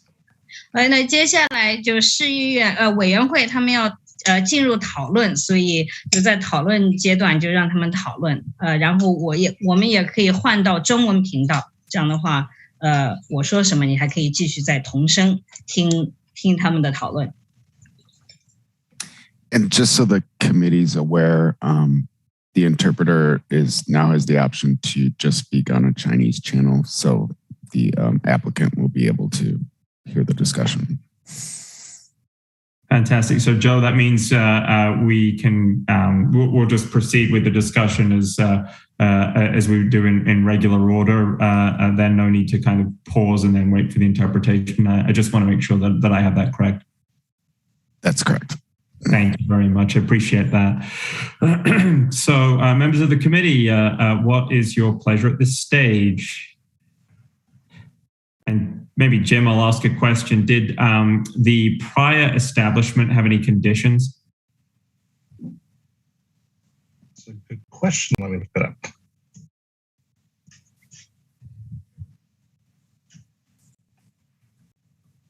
Alder Veer. Yeah, thank you, Mr. Chair. I actually took the opportunity to look at the last license that this applicant had at this premise, and indeed there were no conditions, but it did lead me to asking a question of the applicant, if I could. Please proceed. Thank you. So first, hello, Mr. Joe, as I know the applicant. That's the name that I know him as from his State Street restaurants.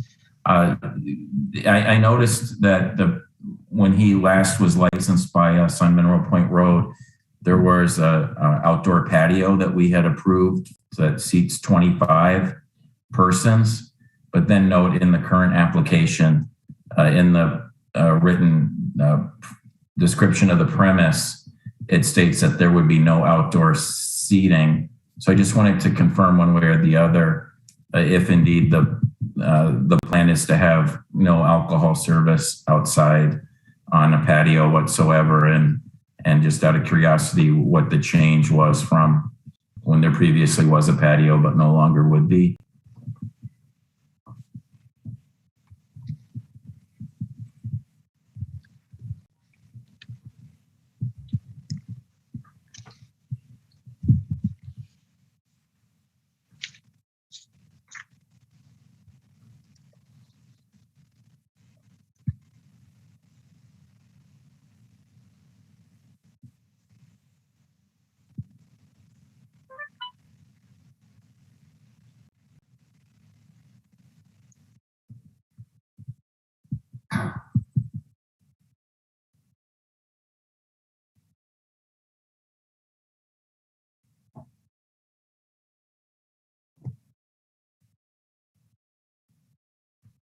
It's just me, or are they muted, or?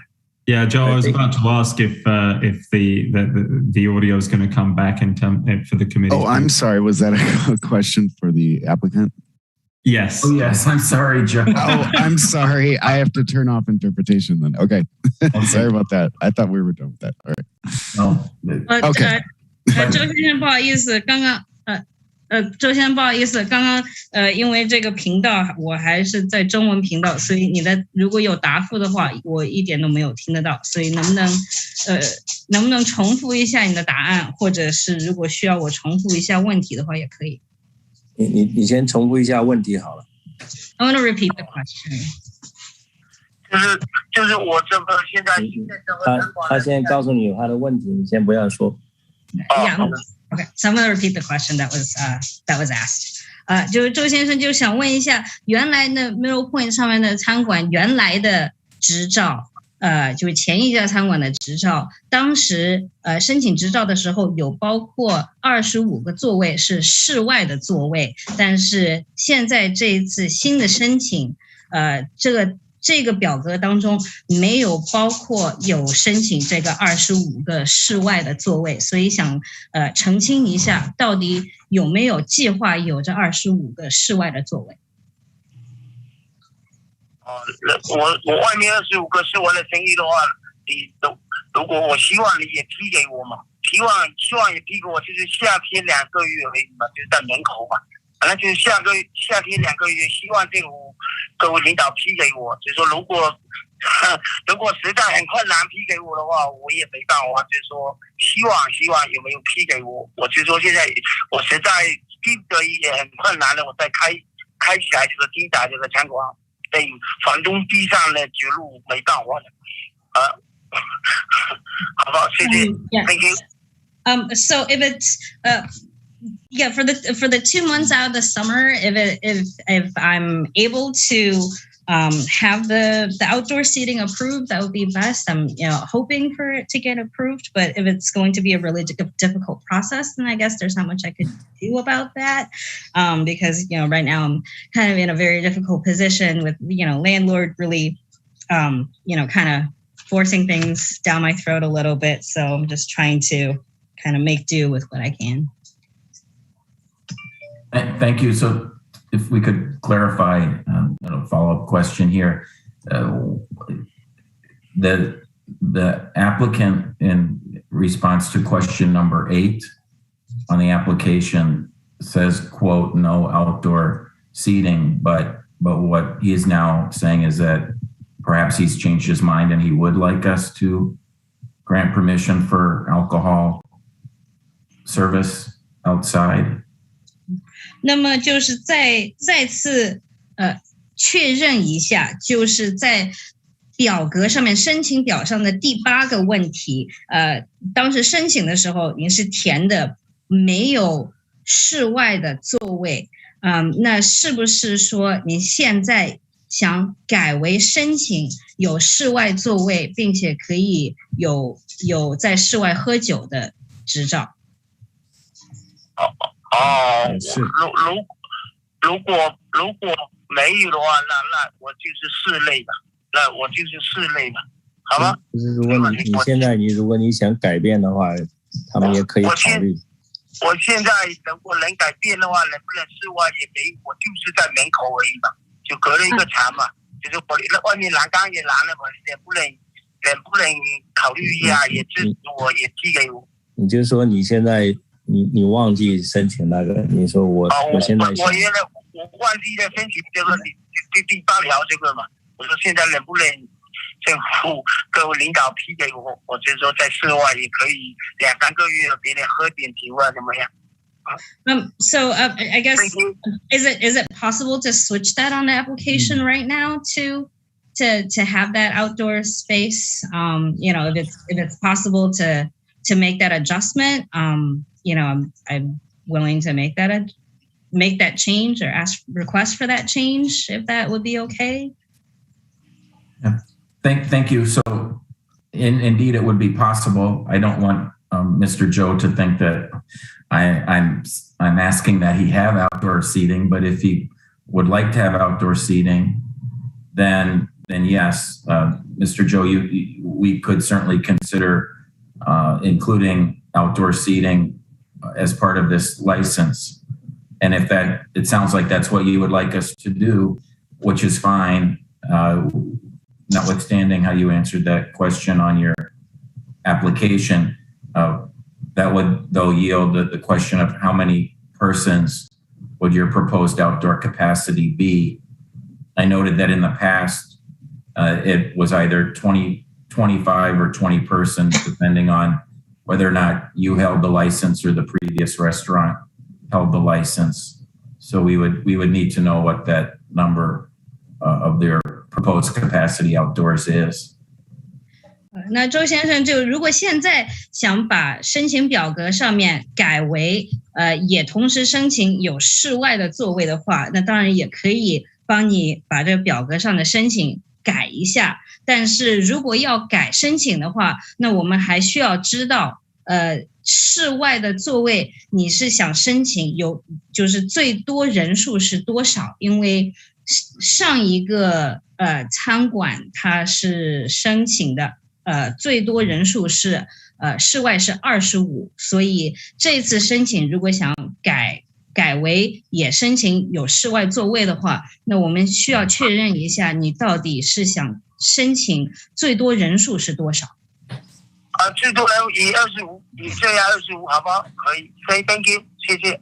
Okay, yeah, so we can have the capacity be at 25, maximum capacity at 25. That would be great. Thank you very much. 谢谢。Thank you. Thank you, Alder Verveer. Are there any other questions or comments from members of the committee at this stage? 谢谢 Verveer. Alder Miadzi. 问题有其他问题。 I'll be in favor too the 25 since it was already in place before. But also too, I noticed there was 2 voices. I'm just wondering, is that a partner that was probably speaking and giving advice to the applicant? Could the interpreter just ask if there indeed was another individual with the applicant, and if so, it would be good for their name and affiliation with the entity to be stated for the record. 米亚子的市议员，就是想知道一下，刚刚电话上面有听到有2个人的声音，那另外一个人是谁？是不是你的合作伙伴，还是就跟这餐馆是什么关系？如果可以的话，能不能知道一下这个人的就姓名，还有他跟餐馆是什么关系？他是我的合伙伙伴，他是说我是说有的中文我听的不是很清楚，我有的话有的不是听得很清楚，他就给我提醒一下，可以。He is a friend that's like helping me in case I wasn't able to catch something or hear something clearly. So that's what he's here for. Could we just have his name for the record here? 能不能给一下姓名，这样的话我们可以有记录。Sean Lee. Sean Lee. Sean Lee. Thank you very much. I appreciate it. Thank you.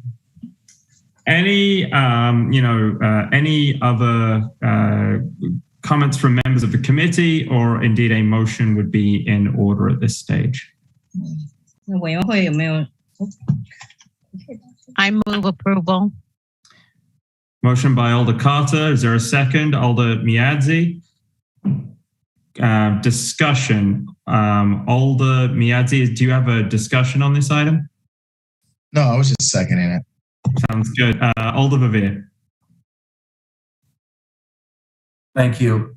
Just wanted to confirm that the motion before us would be for a capacity of 150 persons inside and 25 persons outside. Alder Carter, Alder Miadzi, does that concur with your understanding? Yes, it does. Thank you. Sounds good. Any other discussion? Seeing none, we'll move into a vote. All those opposed signify so by raising your hand in the Zoom. Seeing none, the motion is approved unanimously. Thank you very much to the applicant. Thank you to the interpreter as well. Very much appreciated. That moves us on to, I believe, Jim, item number 23, if I'm correct, which is public hearing new license for Lush Lounge LLC, doing business as Lush Lounge on 3769 East Washington Avenue. And Jim, I believe we do indeed, from our discussion earlier, have a registrant for this item. Yes, Alyssa Davis is in support, wishing to speak. Hi. Hi, Alyssa. Thank you for remaining with us this evening. Thanks for your patience as we kind of continue on through the evening. Alyssa, why don't you just give an overview for the committee of what you would like to do at this establishment? Yes, thank you for having me tonight. So I plan to open an upscale lounge with a more relaxed, comfortable ambiance, serving cold tapas and premium liquor. I want to present exactly as it sounds, a lounge, a dark bar to brighten Madison's upscale community.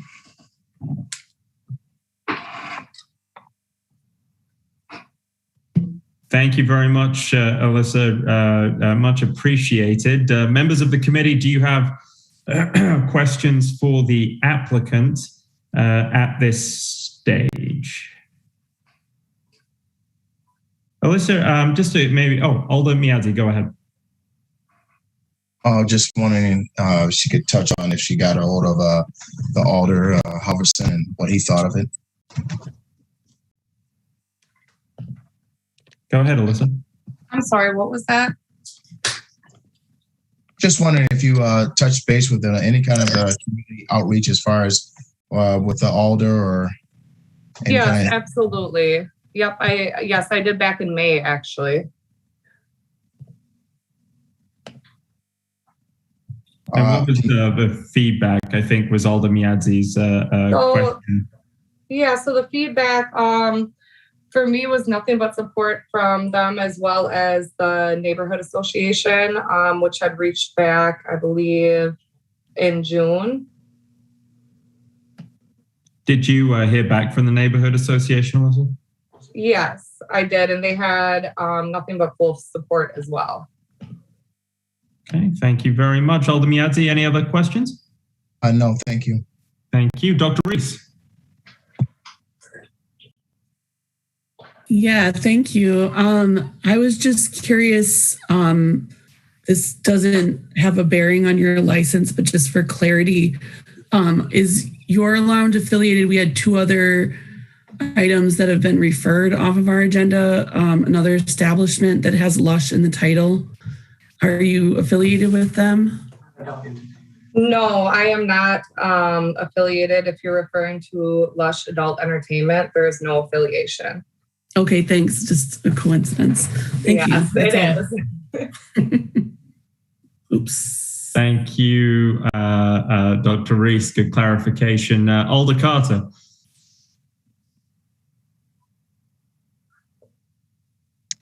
Yes, Alyssa. Did you receive a letter of support from the neighborhood association? Yes, I did. And do we have that, Jim, in our packet? I don't think so. I don't know if I've received it. I do have it in my email. If you would like, I can forward that. Yeah, forward to me and I'll make sure the committee gets it. Okay. I can do that right now if you'd like. Yeah. And then my other question is that where exactly are you located on East Washington? There are a lot of establishments on that street.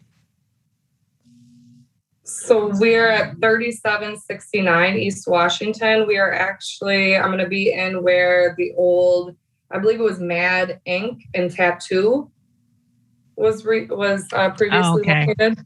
Yep, I know where you are. Okay, thank you. Thanks, Alder Carter. Any other questions for the applicant? Seeing none. Captain Zanders, a question from you. Yes, can I get a clarification on what a dark bar is? So with that, it'll be more of a lighting and a mood. My goal is to have a place where people 30 and up, which I had stated in my application, from 7 to midnight, which will be my closing hours. There'll be an age limit of 30 plus. So my idea behind that is I've lived in Madison for the last 3 years, and being a woman of business and having a family, I wanted to give people a place that they could go and have more of a relaxed atmosphere without the tavern feel. Captain Zanders, any other questions from you? Absolutely, and thank you, Mr. Chairman. I know that there were some concerns raised by MPD reference the initial person that was on the applicant. Do you foresee that person moving forward with your business plan? So actually, I had spoken with her and decided to step back. She decided to step back. We were both in agreement to this. And she is going to help with management as she has degrees in HR and business. But I will be the owner of the business.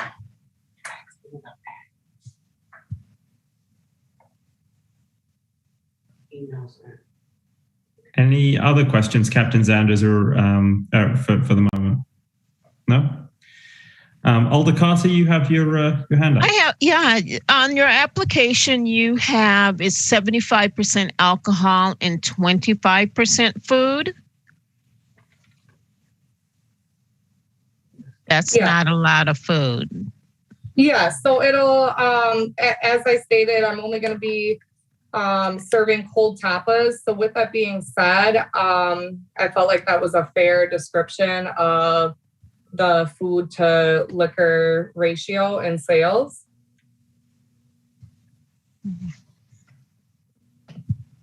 Okay, thank you. Thanks, Alder Carter. Any other questions for the applicant, Alder Verveer? Thank you. Welcome, Elisa.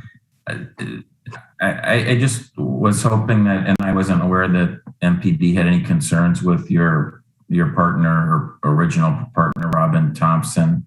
I remember reading the nice article in the Capital Times about the two of you and your plans earlier this summer.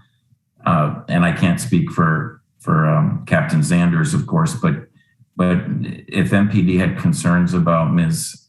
Thompson, which they apparently did, could you go into a little more detail about what her role would be as a manager? I realize that her name has been crossed out on the application, and including her signature and so forth. And so she's apparently also taken her name off of the limited liability company with the State Department of Financial Institutions. If not, she should do that as well. But could you just explain in more detail what the proposed role of Ms. Thompson is then? Yeah, so what we would sit down and discuss is, like I had stated earlier, she does have college degrees in HR and business, as well as marketing. So she will be more behind the roles of making sure that things are going well behind the scenes, HR, business, advertising, and things of such, where I will be more in the business day by day and making sure that things are ran as such, if that answers your question. I think, yes, that helps. So she won't be operating as a manager, a general manager or a manager on duty. It sounds like she won't be responsible for the management of the tavern. So her roles will be more of, her role will be more of the business side of things. Like I said, she actually has business degrees and HR, so more of the legal aspects behind the business, and what that attains, as well as marketing and advertising will be her role. But it will, if your question is that she will be more of a general manager, yes, and such she will. It will be for, like I said, HR, business wise, business management. When I'm not able to be there, I do have another business that I have been running for the last 7 years as well. But I will be the owner. Thank you again. I appreciate all that. As it relates to HR and marketing and so forth, that seems to be not an issue, I would think, with any concern relating to public safety. But having a hands-on role while the business is open might be more of an issue for the police department again. And I'll ask Captain Zanders. If your question is for that, I do plan to hire somebody that has a bar management degree. So somebody that is familiar with actually running a bar or restaurant, if that clarifies it a little bit more for you. Thank you. I appreciate that. And I'm sorry to have to dwell on this. It's obviously no, that's okay. Not anything positive, and I feel badly having to ask the questions, but obviously I wasn't aware of any concern with on the part of MPD with your previous partner. And obviously I was a little confused when I saw the application and saw that her name was crossed out in several places on the application after, again, reading that article in the Capital Times about your business plans. So anyway, thank you again. I feel badly that I have to ask that question. But you've answered my questions. Thank you. No, and I totally do understand. With that being said, I do have a question as far as the LLC goes. Alyssa, I don't know if there's been a question necessarily to you at this stage. unless Alder Verveer kind of has any further direct questions for the applicant. I understand. Well, thank you. I'm afraid that I probably gave you advice that perhaps I shouldn't have, but let me just clarify. When I mentioned the limited liability company, my assumption was that the two of you are members of it when you registered it with the state. And so with your former partner no longer being a business partner, I was just saying aloud that it would be appropriate if you filed an amendment and if indeed, again, Ms. Thompson is no longer involved, she if we do license the LLC, she shouldn't be a member of it, obviously. So I don't believe, I think, and you correct me if I'm wrong, but when I looked at the LLC, I believe my name was the only one on the LLC. Okay, that's not how the application was originally filed with the city clerk's office. I don't know if you have it in front of you, but it's question number 17.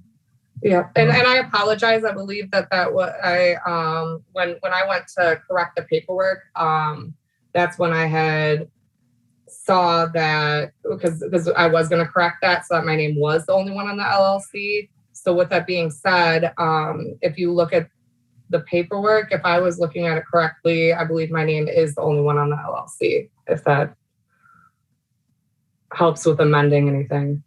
Yeah, no, yeah, you clearly removed her name from again, in that answer to that question when you filed the amended application with us. I'm just saying it would make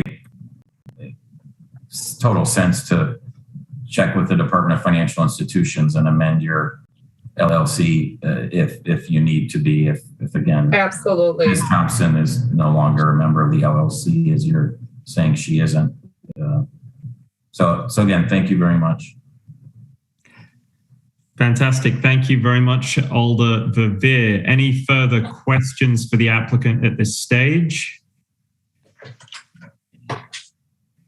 Seeing none, we'll move into committee discussion. Committee, what is your pleasure at this point?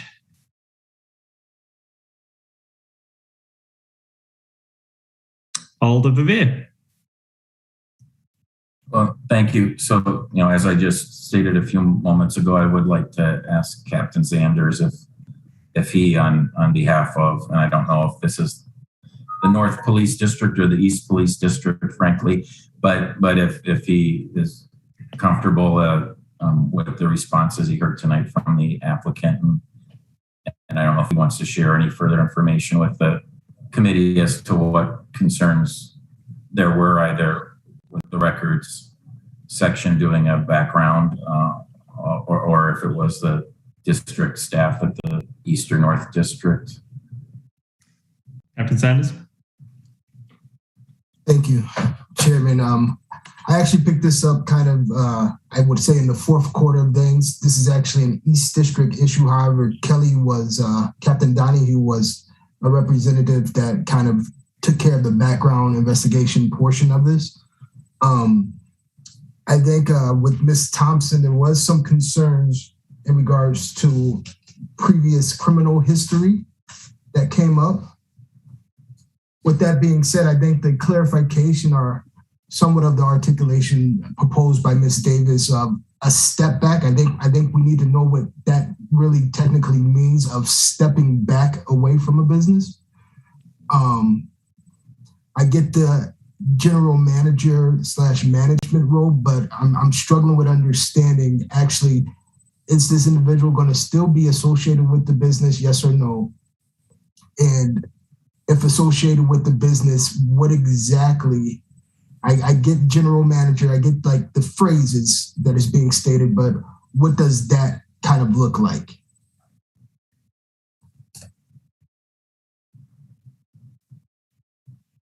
Were those, Captain, were those rhetorical questions or to help us as we deliberate, or did you want to ask Ms. Davis follow-up questions at this point? Yeah, I think the follow-up is necessary pertaining to what exactly does the HR role look like? What exactly does the management portion look like? Or is this a step back altogether? Because it's kind of a contradiction if you're talking about a person stepping back, what are they necessarily stepping back from outside of being an owner?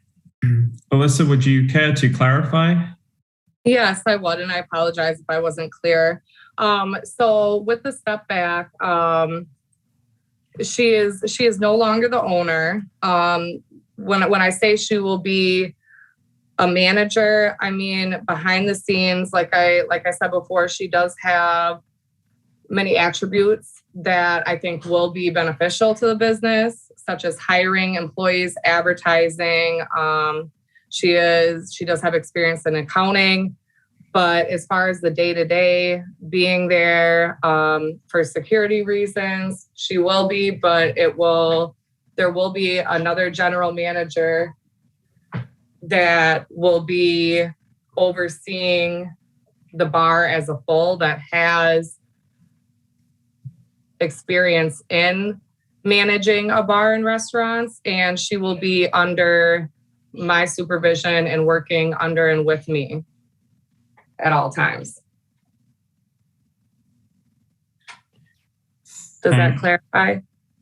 Thank you, Alyssa. Captain Zanders, do you have any other kind of follow-up questions for now?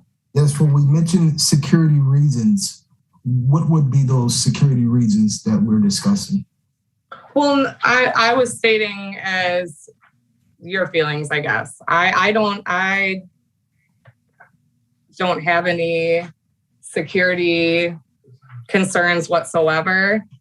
However, I do know the extent of her background, and I understand the questions that did arise. And so with that being said, that was part of the main reason of her stepping back and doing the having the roles that I had just discussed versus being an owner and being an actual general manager of the bar, all in all. I copy that. So I'm hearing from you, your security reasons is that she's not a concern to you. You don't feel like she's concerned, correct? I do not. She has been fully rehabilitated. I have helped her in the process of that, and I have no concerns about it whatsoever.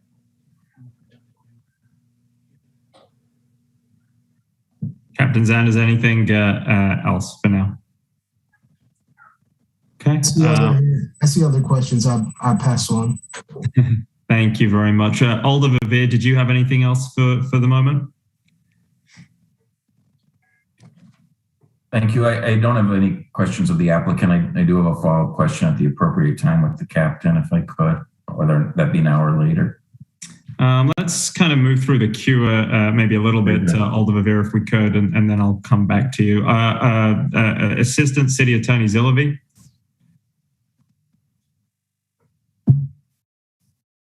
Hello, this is just more follow-up to Captain Zanders, and she had stated that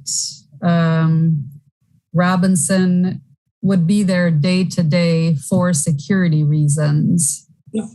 So I'm sorry, I believe that you misunderstood me. Alyssa, Ms. Davis, if there's a question, we'll direct it to you. I don't want to have a back and forth. I apologize. So City Attorney Zilovey. And I wrote down what you said as you said it because it struck me as odd. So I'm not understanding that she will be there day to day for security reasons. I apologize if I did say that. I am a little nervous. I'm not a great public speaker, and if that is what came out, that is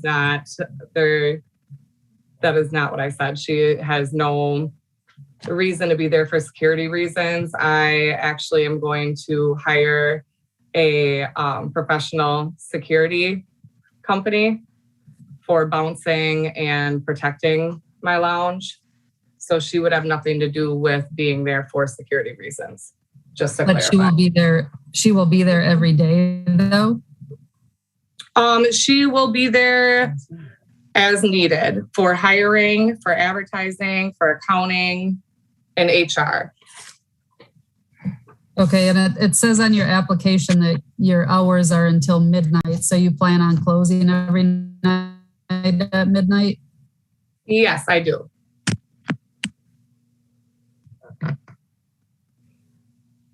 I don't have any further questions. Thank you. Thank you. Alder Miadzi. Just clarification as a new alder, just to understand our peer review as far as the need of MPD to give us information as far as in order to make sure we have a judgment in order to when we're granting license. So I'm just trying to understand what exactly is the concern of MPD with the applicant, and just so we have a better for me to have a better understanding as an alder. Let me maybe, I think you asked, I could bifurcate the question. So Attorney Briss, do you want to handle maybe the general question about the kind of input perspective? Well, the general question is that state statutes provide limitations on who can hold alcohol licenses. If they're convicted of a crime that substantially relate to the profession, or if they're convicted of a felony, we within our judgment can deny the license. So what the police department does is do a background check and find out if there's anything relevant or something that they failed to report in their application. And in this particular case, they found some things that were somewhat recent and were significantly serious and related to the business of operating a licensed establishment. So the question is, so in this situation, the person might not be appropriate to be in the day-to-day management of the business, operating the bar itself. Do we have purview to know what it is in order to, or is that just when MPD says no, we say no, or what? How does that go? Well, if you want to ask the captain, I think the captain could give you more detail to what was substantially related to this situation. Thank you. Alder Miadzi, do you have a question then for Captain Zanders at this stage? Yes, then. Feel free to ask your question, Alder. What flag was pointed out to you to warrant making sure the applicant does not have anybody else that might be a potential? So what flags came up, basically? I don't know what words to say, but you know what I mean.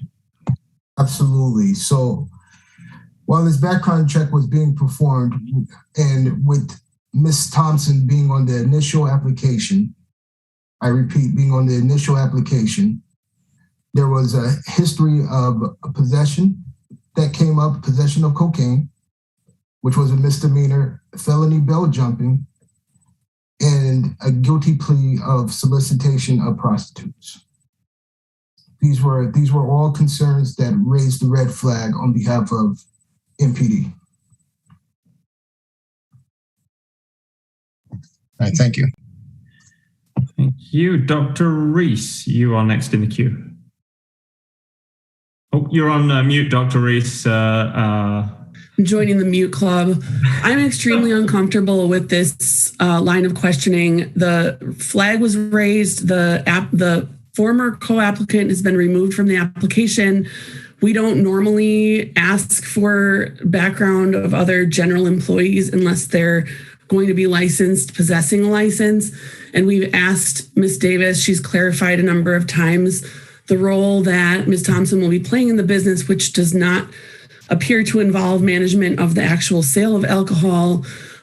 She'll be responsible, as she said, for HR sorts of things. I don't think it's appropriate to discuss Ms. Thompson's background in the setting because she's no longer part of the application.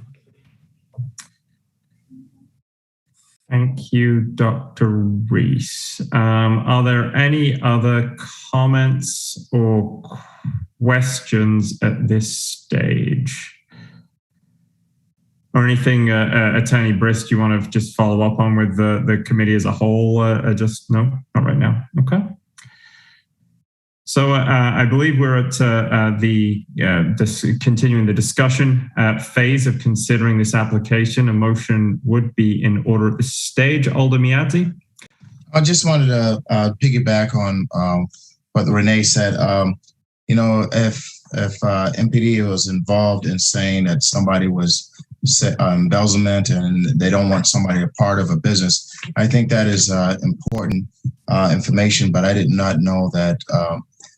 So in light of that, I can understand how that might be pertinent information for us as granting a license.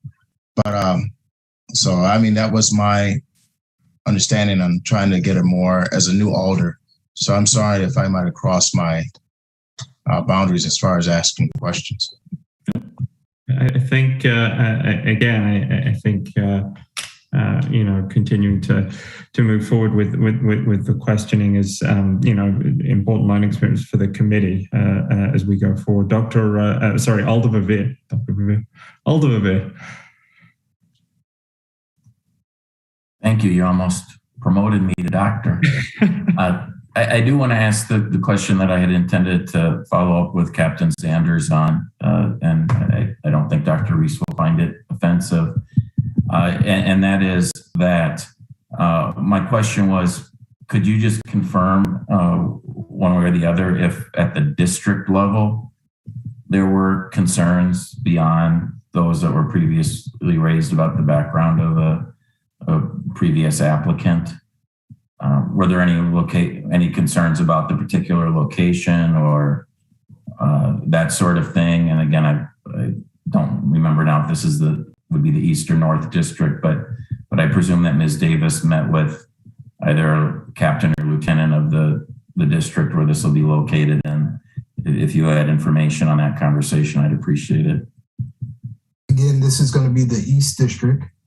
It will be under the guidance of Captain Jamar Gary, and I do not know if Ms. Davis had the conversation with Captain Gary or not.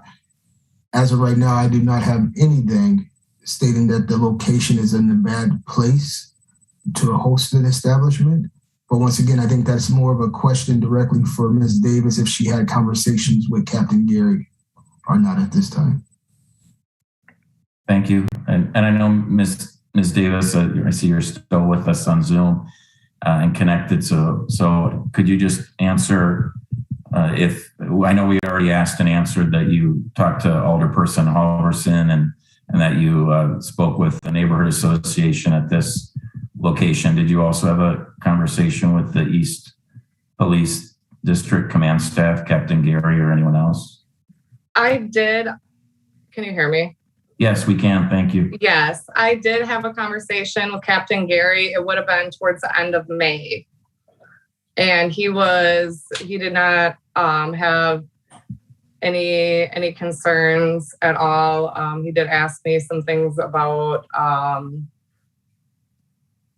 as far as it being a dark bar and security. And I did reply to him as well that there will be security cameras that are running 24/7 on the premises. And as far as parking goes, was the only other thing that he had brought up. And I had spoken to my landlord. So for overflow parking, I will be speaking with the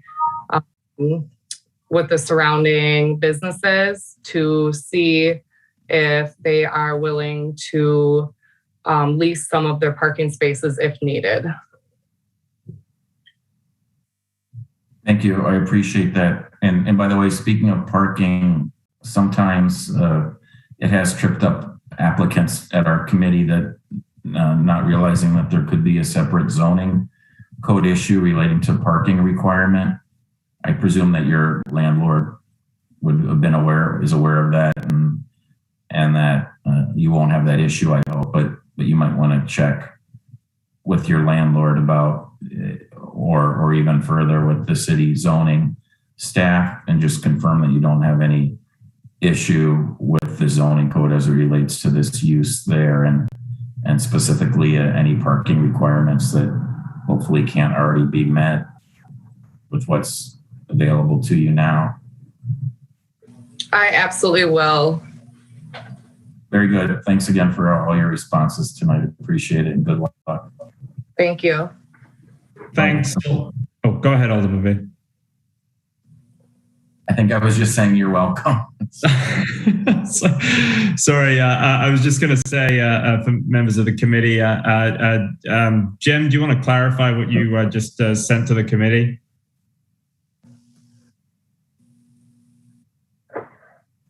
Jim?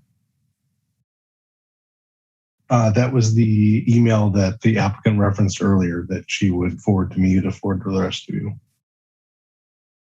Super. Oh, about the neighborhood association. Thank you very much. Alder Carter.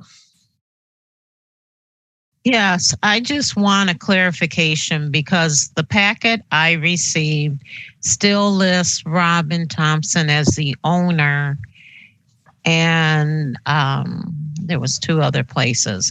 Oh, and then it also has her signature. So for all those who said that what they have is blacked out, I just want to confirm that.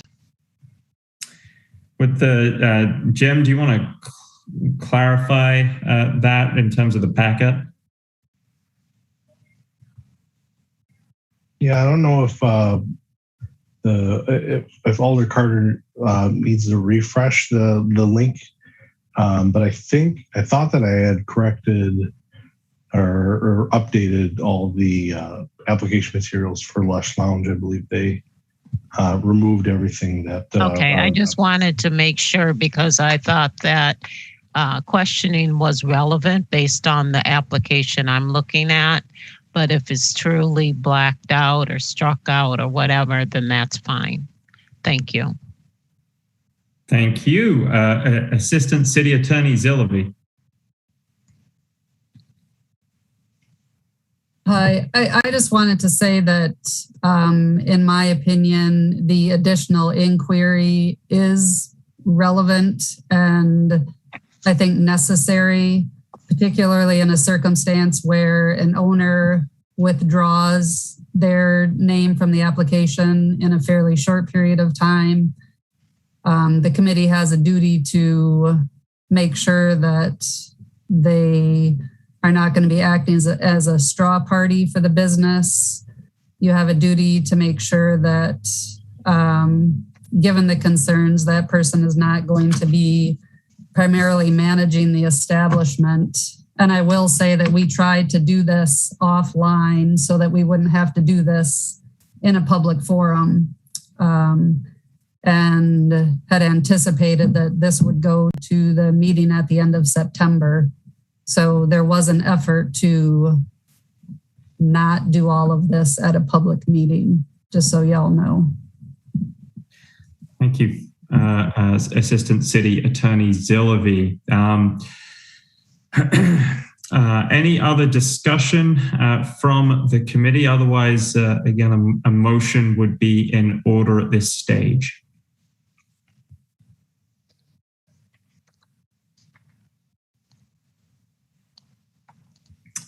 Dr. Reese. I'll move to grant the license. There is a motion to grant the license from Dr. Reese. Is there a second?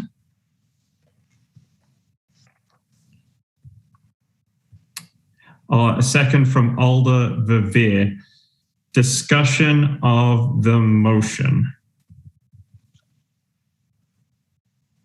Seeing none, we'll move to a vote.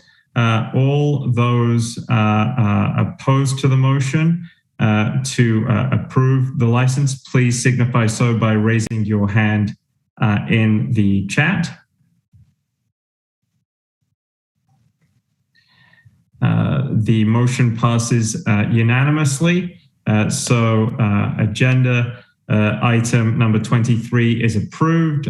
Thank you very much, Alyssa.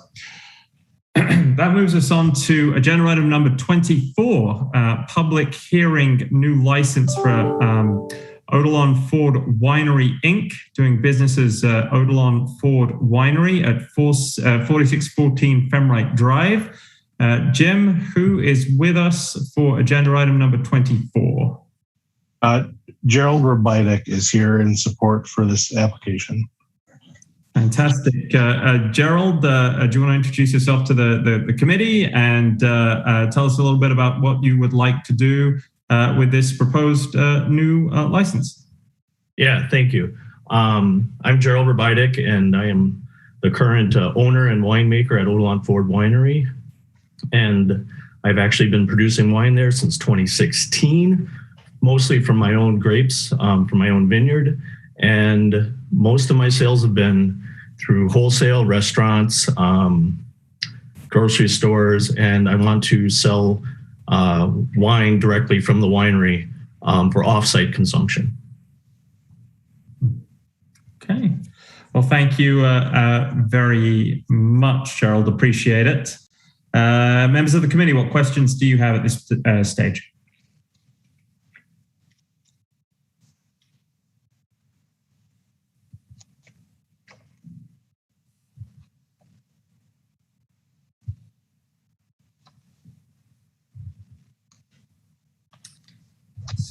Seeing none.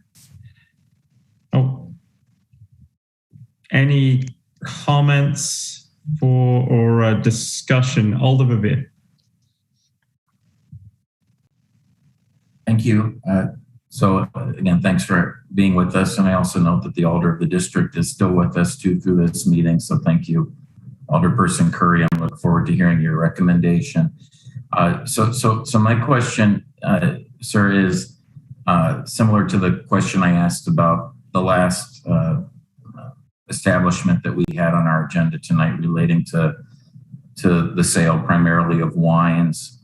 Could you just help me with the legal aspects and how you're different from the brewery, and I guess I don't want to call them a winery because that would probably be insulting to you, but anyway, how this differs legally. So clearly it is under state law here in Wisconsin that you would need a Class A license to sell this wine on your premise. You're not licensed by the State Department of Revenue, and it would allow for direct sales to persons otherwise.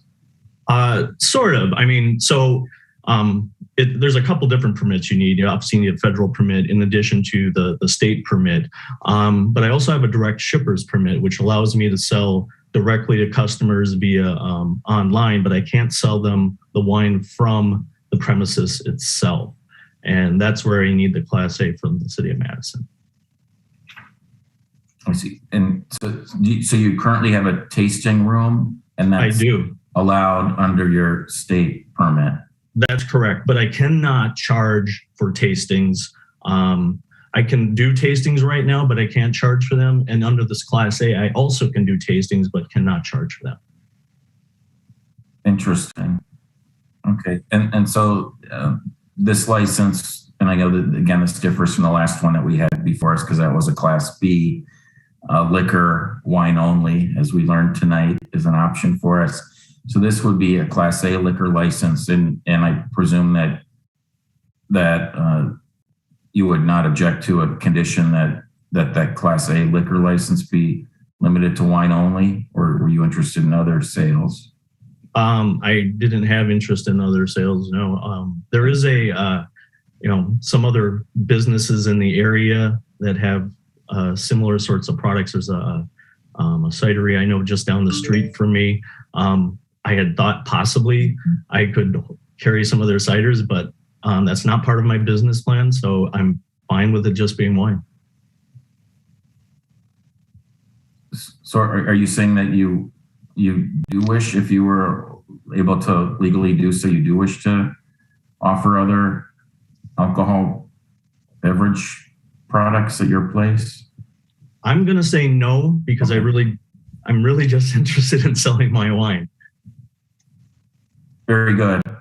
and I certainly support you in that. By the way, I mentioned a newspaper article with the last agenda item. I also want to say that I enjoyed reading about your winery in Isthmus recently, and look forward to visiting you sometime, because I have to admit, I probably, like a lot of other people in town, wasn't aware that we had a winery within our city limits. Thank you. So good luck to you. And at the appropriate time, Chairperson Fletcher, I would like to ask Attorney Briss just to confirm that we're on firm legal grounds here and so forth, as he did with the last somewhat similar applicant. Sounds good to me, Alder Verveer. Alder Curry, I have you next in the queue. Thank you, Chair. I will let Alder Carter go first. I was just here to provide my comments about the application. Got you. Thank you very much. Alder Carter. Yes. Gerald, did you have an informational? Did you have an informational? Did you put the sign in your window? Yes. Yes, I did. And did how many people showed up? For the neighborhood meeting, not including Alder Curry and her companion, there were 2 other people that showed up. Okay. Are you going to be serving any food? You Nothing. said you had a tasting room. And looking at your hours, are they just a retail? Correct. Okay, so no food. Correct. Okay. Okay, thank you. Thank you. Are there any other questions for the applicant before we move into a discussion and then the potential vote? Seeing none, let's move into discussion. Alder Curry, why don't you kick us off? Thanks again for giving me time. I am in full support of Gerald's Winery. I was impressed that every time I went to the business establishment, he and his family are firmly rooted in the city, the county, and the state. It's a family operation. Just the science of hearing him talk about how he makes and masters sparkling wine, you can tell that it's a passion. And now he wants to give that to the district, to the city. And I think that will help benefit him and his family's business, just kind of being marketed and more public.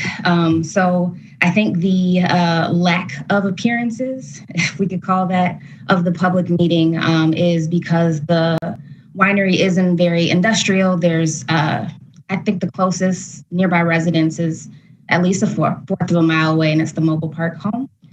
So not a lot of private family residences in the area, lots of business, industrial, and everyone in the neighborhood, as far as his neighbors, are in support as well. So thank you for letting me share my comments. Thank you very much, Alder Curry. Seeing no one else, Alder Verveer, it might be time for your legal question. Very good. So as previously stated, just looking for Attorney Briss to confirm that motion to grant a Class A liquor license conditioned on limited to wine only would be lawful in this case. Yes, Section 125.53 permits the issuance of either a Class A or a Class B, but not both. So this applicant is seeking a Class A. The previous applicant was seeking a Class B. So they're not seeking both. They're permitted to do it under state law now. Very good.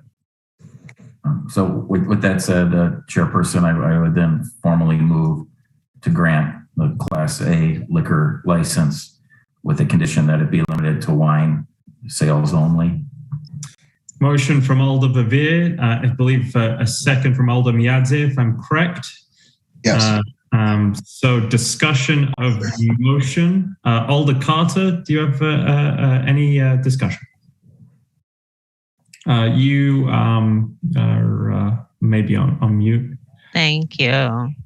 I just wanted to get one clarification. And that is normal hours or just Friday, Saturday, and Sunday? If you can bring back Gerald. Yep.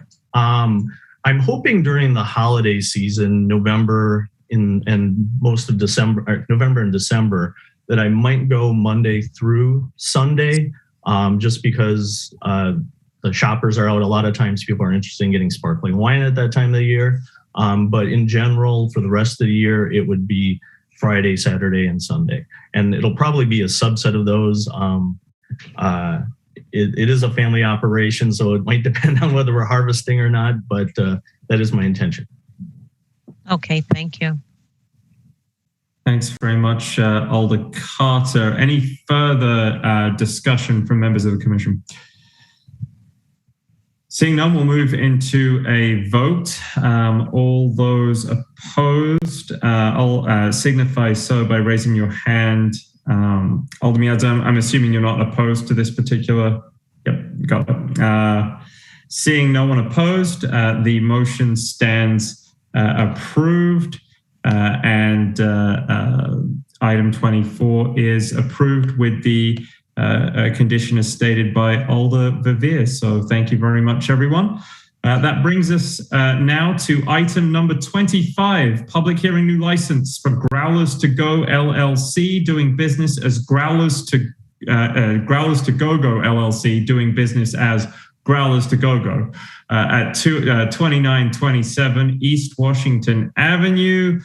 I believe we do have a registrant, Jim. Yep, Chris Welch is registered in support, wishing to speak. Chris, thanks so much for sticking it out with us here this evening and until nearly 10 o'clock. Very much appreciated. How are you doing? Very well, not at all. Don't worry, there's no Monday Night Football tonight.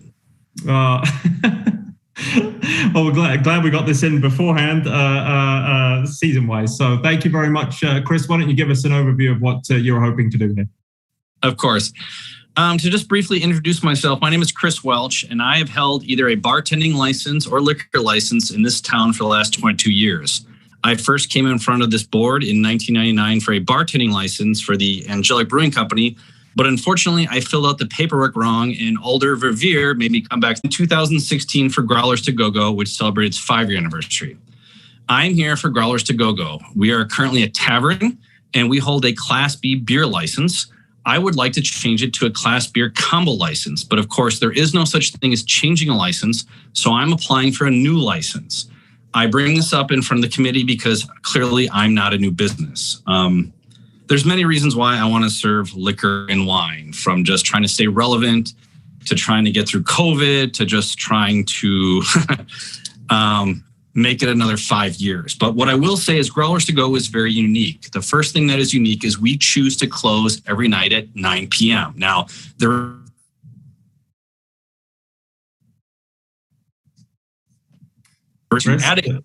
Chris, we lost you for about 10 seconds or so, maybe less. I'm so sorry. I'm here for Growlers to Go-Go. I'm applying for a new liquor license. Currently, I have a Class B beer license, but I'm applying for a Class Beer combo so I can serve liquor and wine.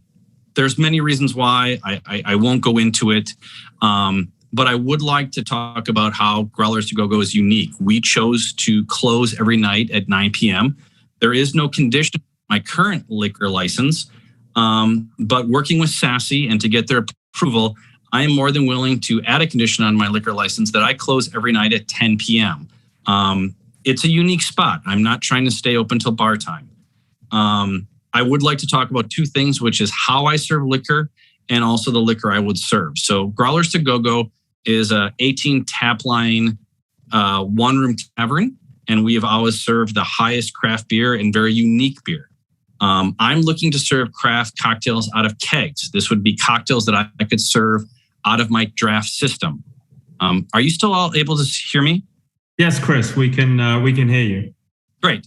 So there are a few bars in the State Street area that serve cocktails out of draft system, but it is not a unique idea. Pedro's Mexican restaurant has been serving margaritas out of their tap lines for 30 years.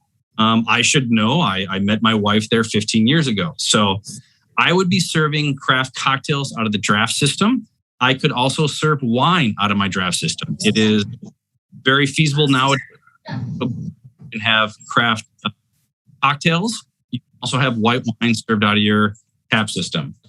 The second is what kind of liquor. Growlers to Go-Go has never served cheap beer. That's not why it's there.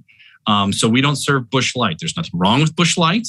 But with that being with like liquor, we would not have low tiers. We would not have rails. We would not have drink specials. Being kind of a companion to Trixie's Liquor, I'd be able to feature local distilleries. So for instance, instead of having a selection of 10 vodkas ranging from cheap to mid to high, I would just simply for 1 month serve State Line Distillery or Yahara Distillery or Death's Door. I guess finally, I take the responsibility of serving alcohol in this very seriously. Over the last 22 years, I don't think I've had a single citation. I'm looking to change my liquor license to remain relevant in the area and to see if I can make it through the next 5 years. So with that, I'm open to questions. Yes, thank you very much for your overview and your presentation. Much appreciated. Questions for Chris?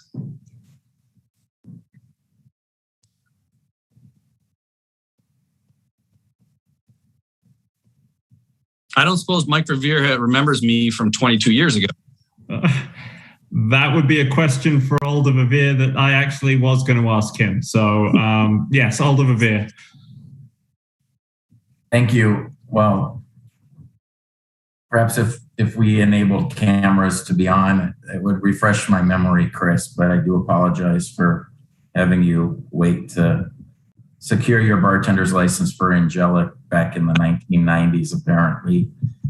I usually try to be helpful. I'm surprised I single-handedly asked you to come back a month later. I can't imagine the paperwork was that messed up. But anyway, with that said, and please accept my apology again. I certainly remember Trixie's coming to the committee since then, of course, and Growlers as well. My question actually relates to your patio issue, and I appreciate you pointing that out. And obviously, you're applying to include the alcohol service outdoors.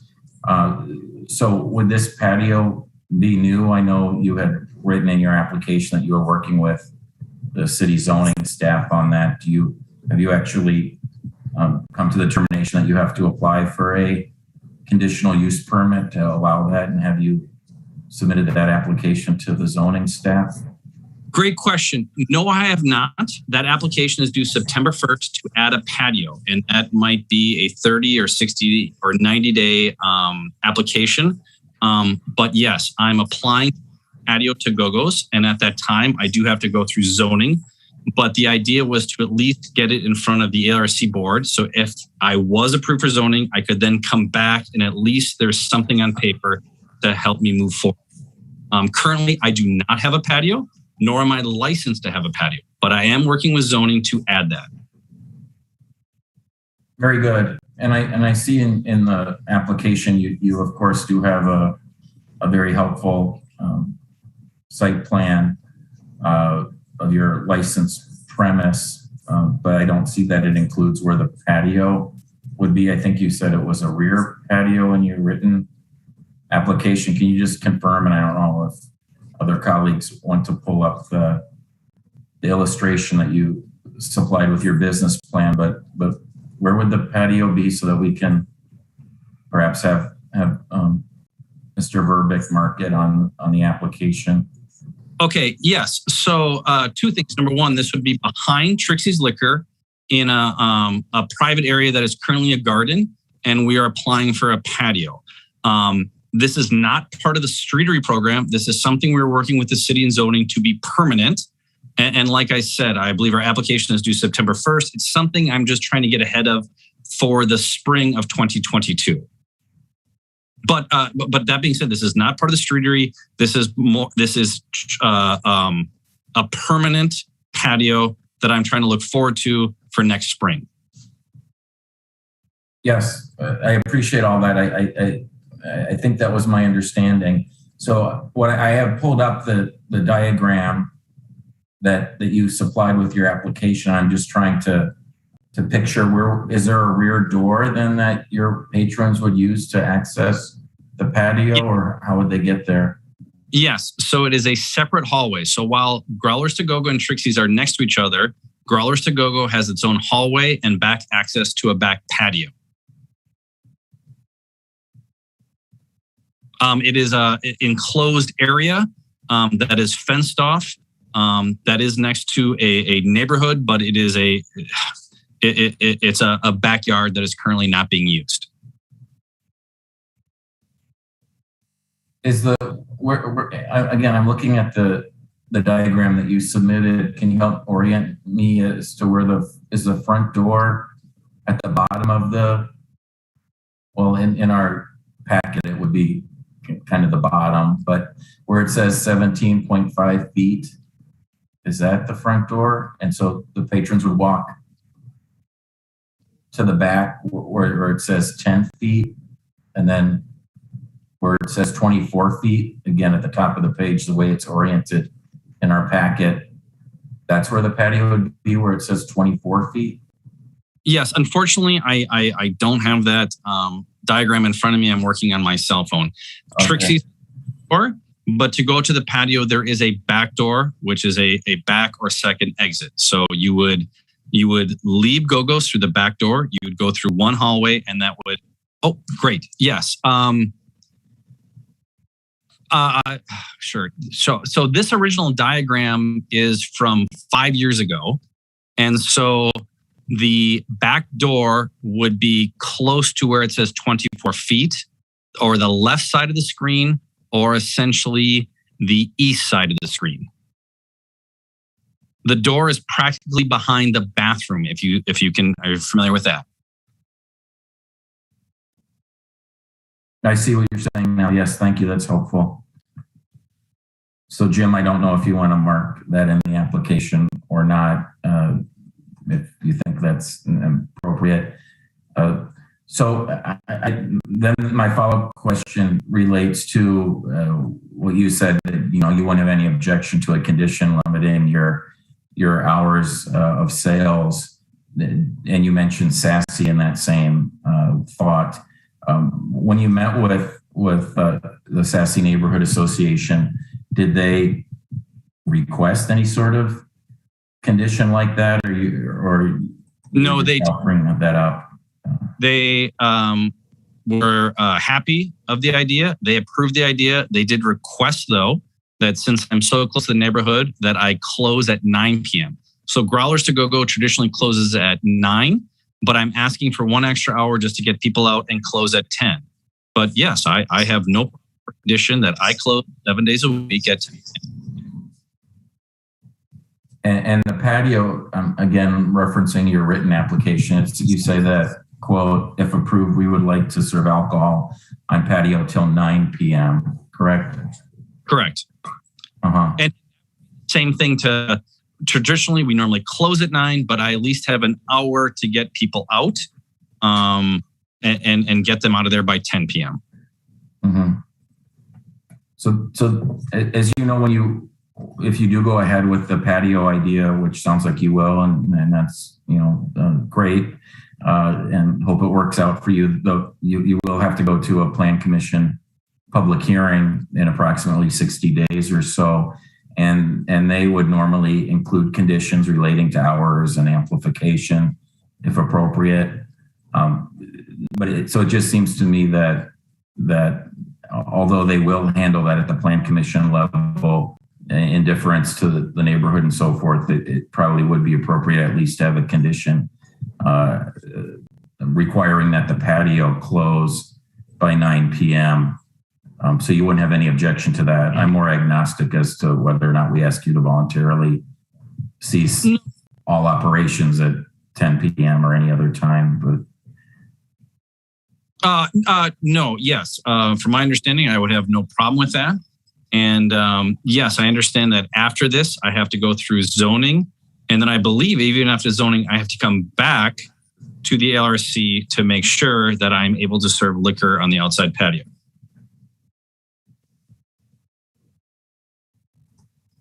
No, we actually try to be, unlike apparently what I did to you. When did you say 1999? As a child alder, maybe I was too big for my britches, so to speak, and like making people come back to us or something. But no, we try to be as user friendly as possible that the lawyers bless. And so I'm just reviewing your application one more time. No, you asked for a outdoor capacity. Your application seems in order for us to act to allow you to have that full combination license, both indoors and outdoors, but you absolutely do need under the city zoning code a conditional use permit for outdoor food and drink on private property outside of the streetery program. So we wouldn't make you come back unlike apparently we did in 1999. Okay, yes, I understand that. So you would like us to obviously grant you the combination license for the patio then tonight and not have you come back, correct? And it would be a capacity of 10 persons and you have no objection to a condition that the patio closed by 9 p.m. I have no problem with that. Correct. Very good. Yeah. So it would save you visiting with us one more time, since you were here anyway when we didn't have quorum the other night anyway. So I'd hate to have you come back. Not at all. Just as long as I'm not the last person on the agenda midnight. All right. Okay. Well, thanks very much and good luck. And again, apologies for what I did to you apparently in the 90s.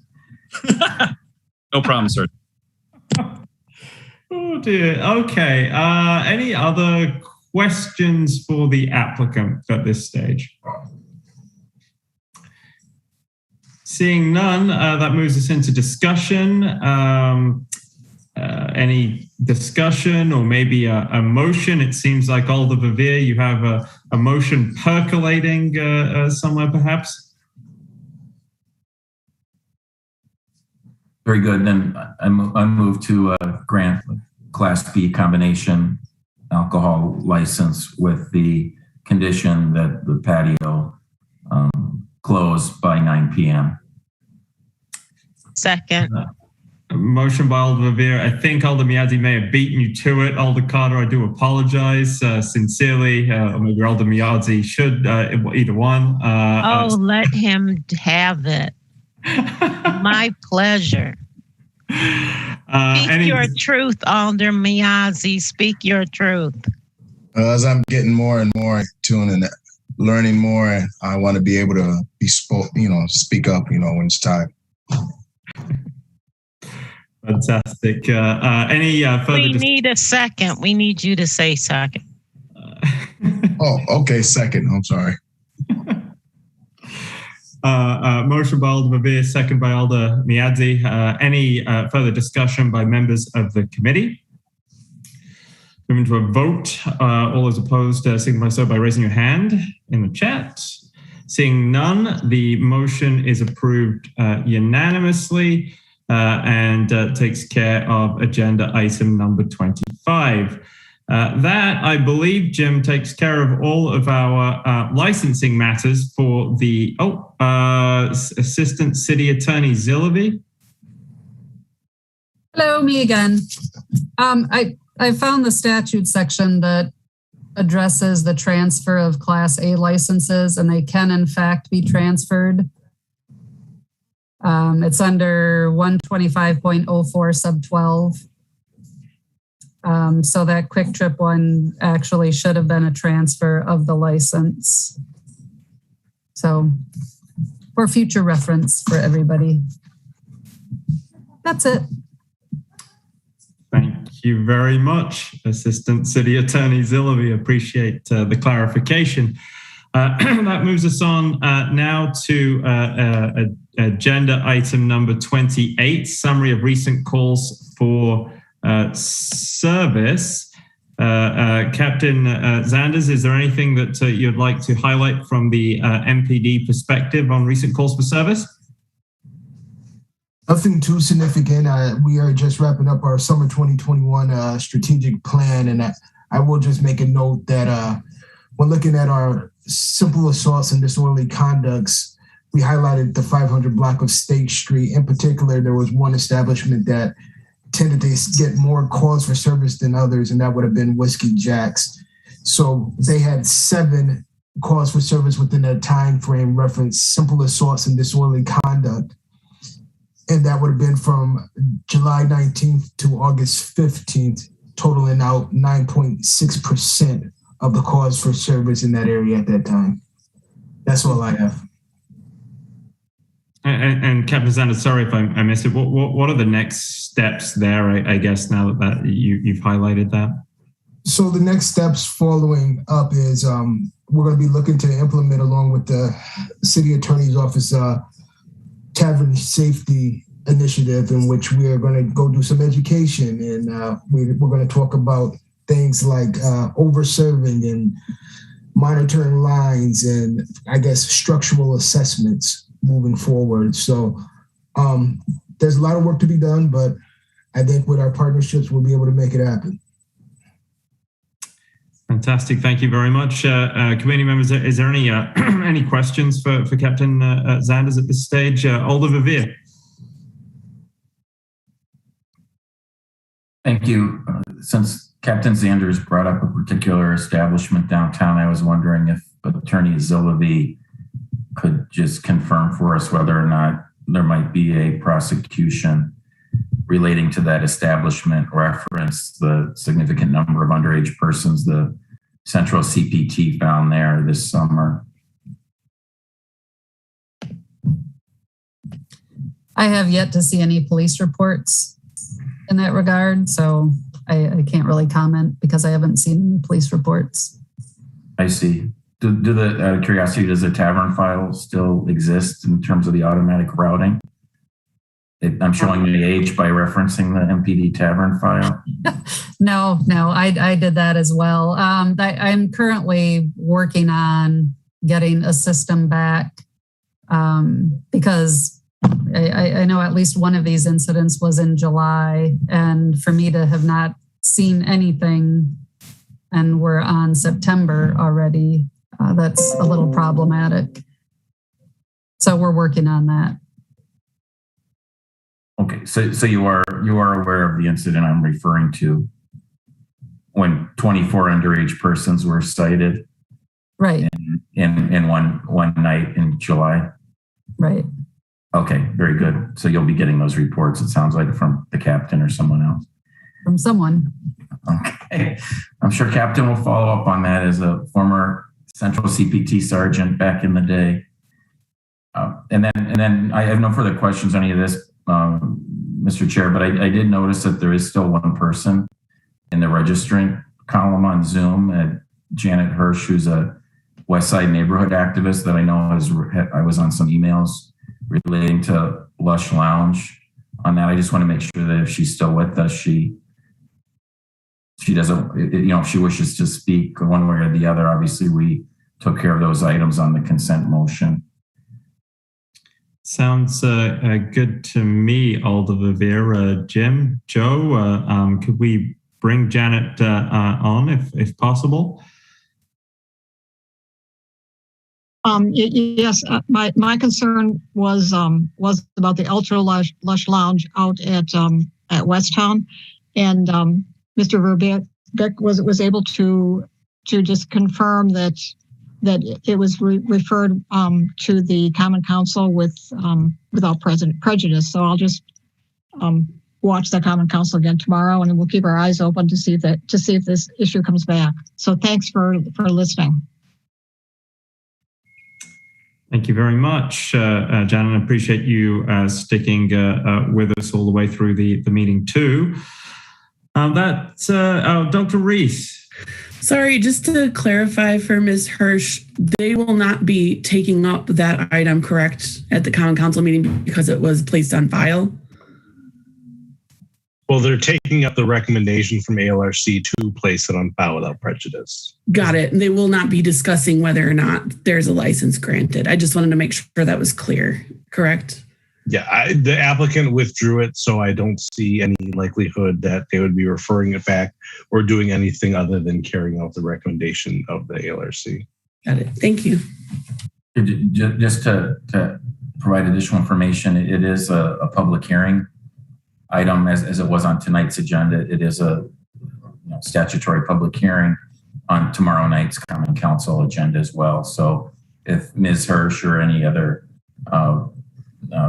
resident, or for that matter, anyone in the country or wherever wishes to speak, they could, but I don't think there's any need to be concerned again because the applicant obviously has withdrawn the application. But the council does formally have to take final action tomorrow night. Thank you very much. That will bring us on to summary of licenses issued. Jim, what do you have cooking in the city clerk's office? I have nothing in particular to talk about this report. I'm happy to answer any questions. And I wanted to say thank you to ACA Zilvi for pointing out the statute that talks about transfer. We had always looked at it and noticed, obviously, we can't transfer a reserve license, but we always sort of looked at it as well. Then the reverse of that is the other Class B combo, the regular or grandfather license, you can move that. And that was the only one we had listed on the transfer form, but we'll make sure we update the form to say the only one you can't transfer is the reserve one. So going forward, the application will reflect that, and then we can have a opportunity to teach the rest of the clerk's office that all other alcohol licenses, aside from reserve ones, can be transferred. Thanks very much, Jim. Any questions for the Deputy City Clerk? Hearing none, I do want to thank you all for your flexibility in rescheduling for this meeting. And as Alder Verveer said earlier, the folks who have joined us on the line today as well through our quorum, what I'll call snafu earlier on this month. So with that being said, a motion to adjourn would be in order at this time. Alder Miadzi, do you have a motion? Would you like to move that before you're giving grief about not providing the motion? Yes, but I also wanted to give you credit to, I haven't really heard you chair a meeting before, so I just wanted to say, you did a fantastic job and touch on everything you just said as far as thanking everybody for being able to be here to reschedule. Thank you very much. I'll take that as a motion. Is there a second? Second by Dr. Reese. All those in favor signify so by raising your hand visually so that I can see that. Thank you very much. Alder Carter, if your vote's counted for 2 people, that would definitely qualify. Then we stand adjourned at 10:13 p.m. Thank you very much, everyone, and have a good rest of your evening. Good night, everyone. Bye, guys.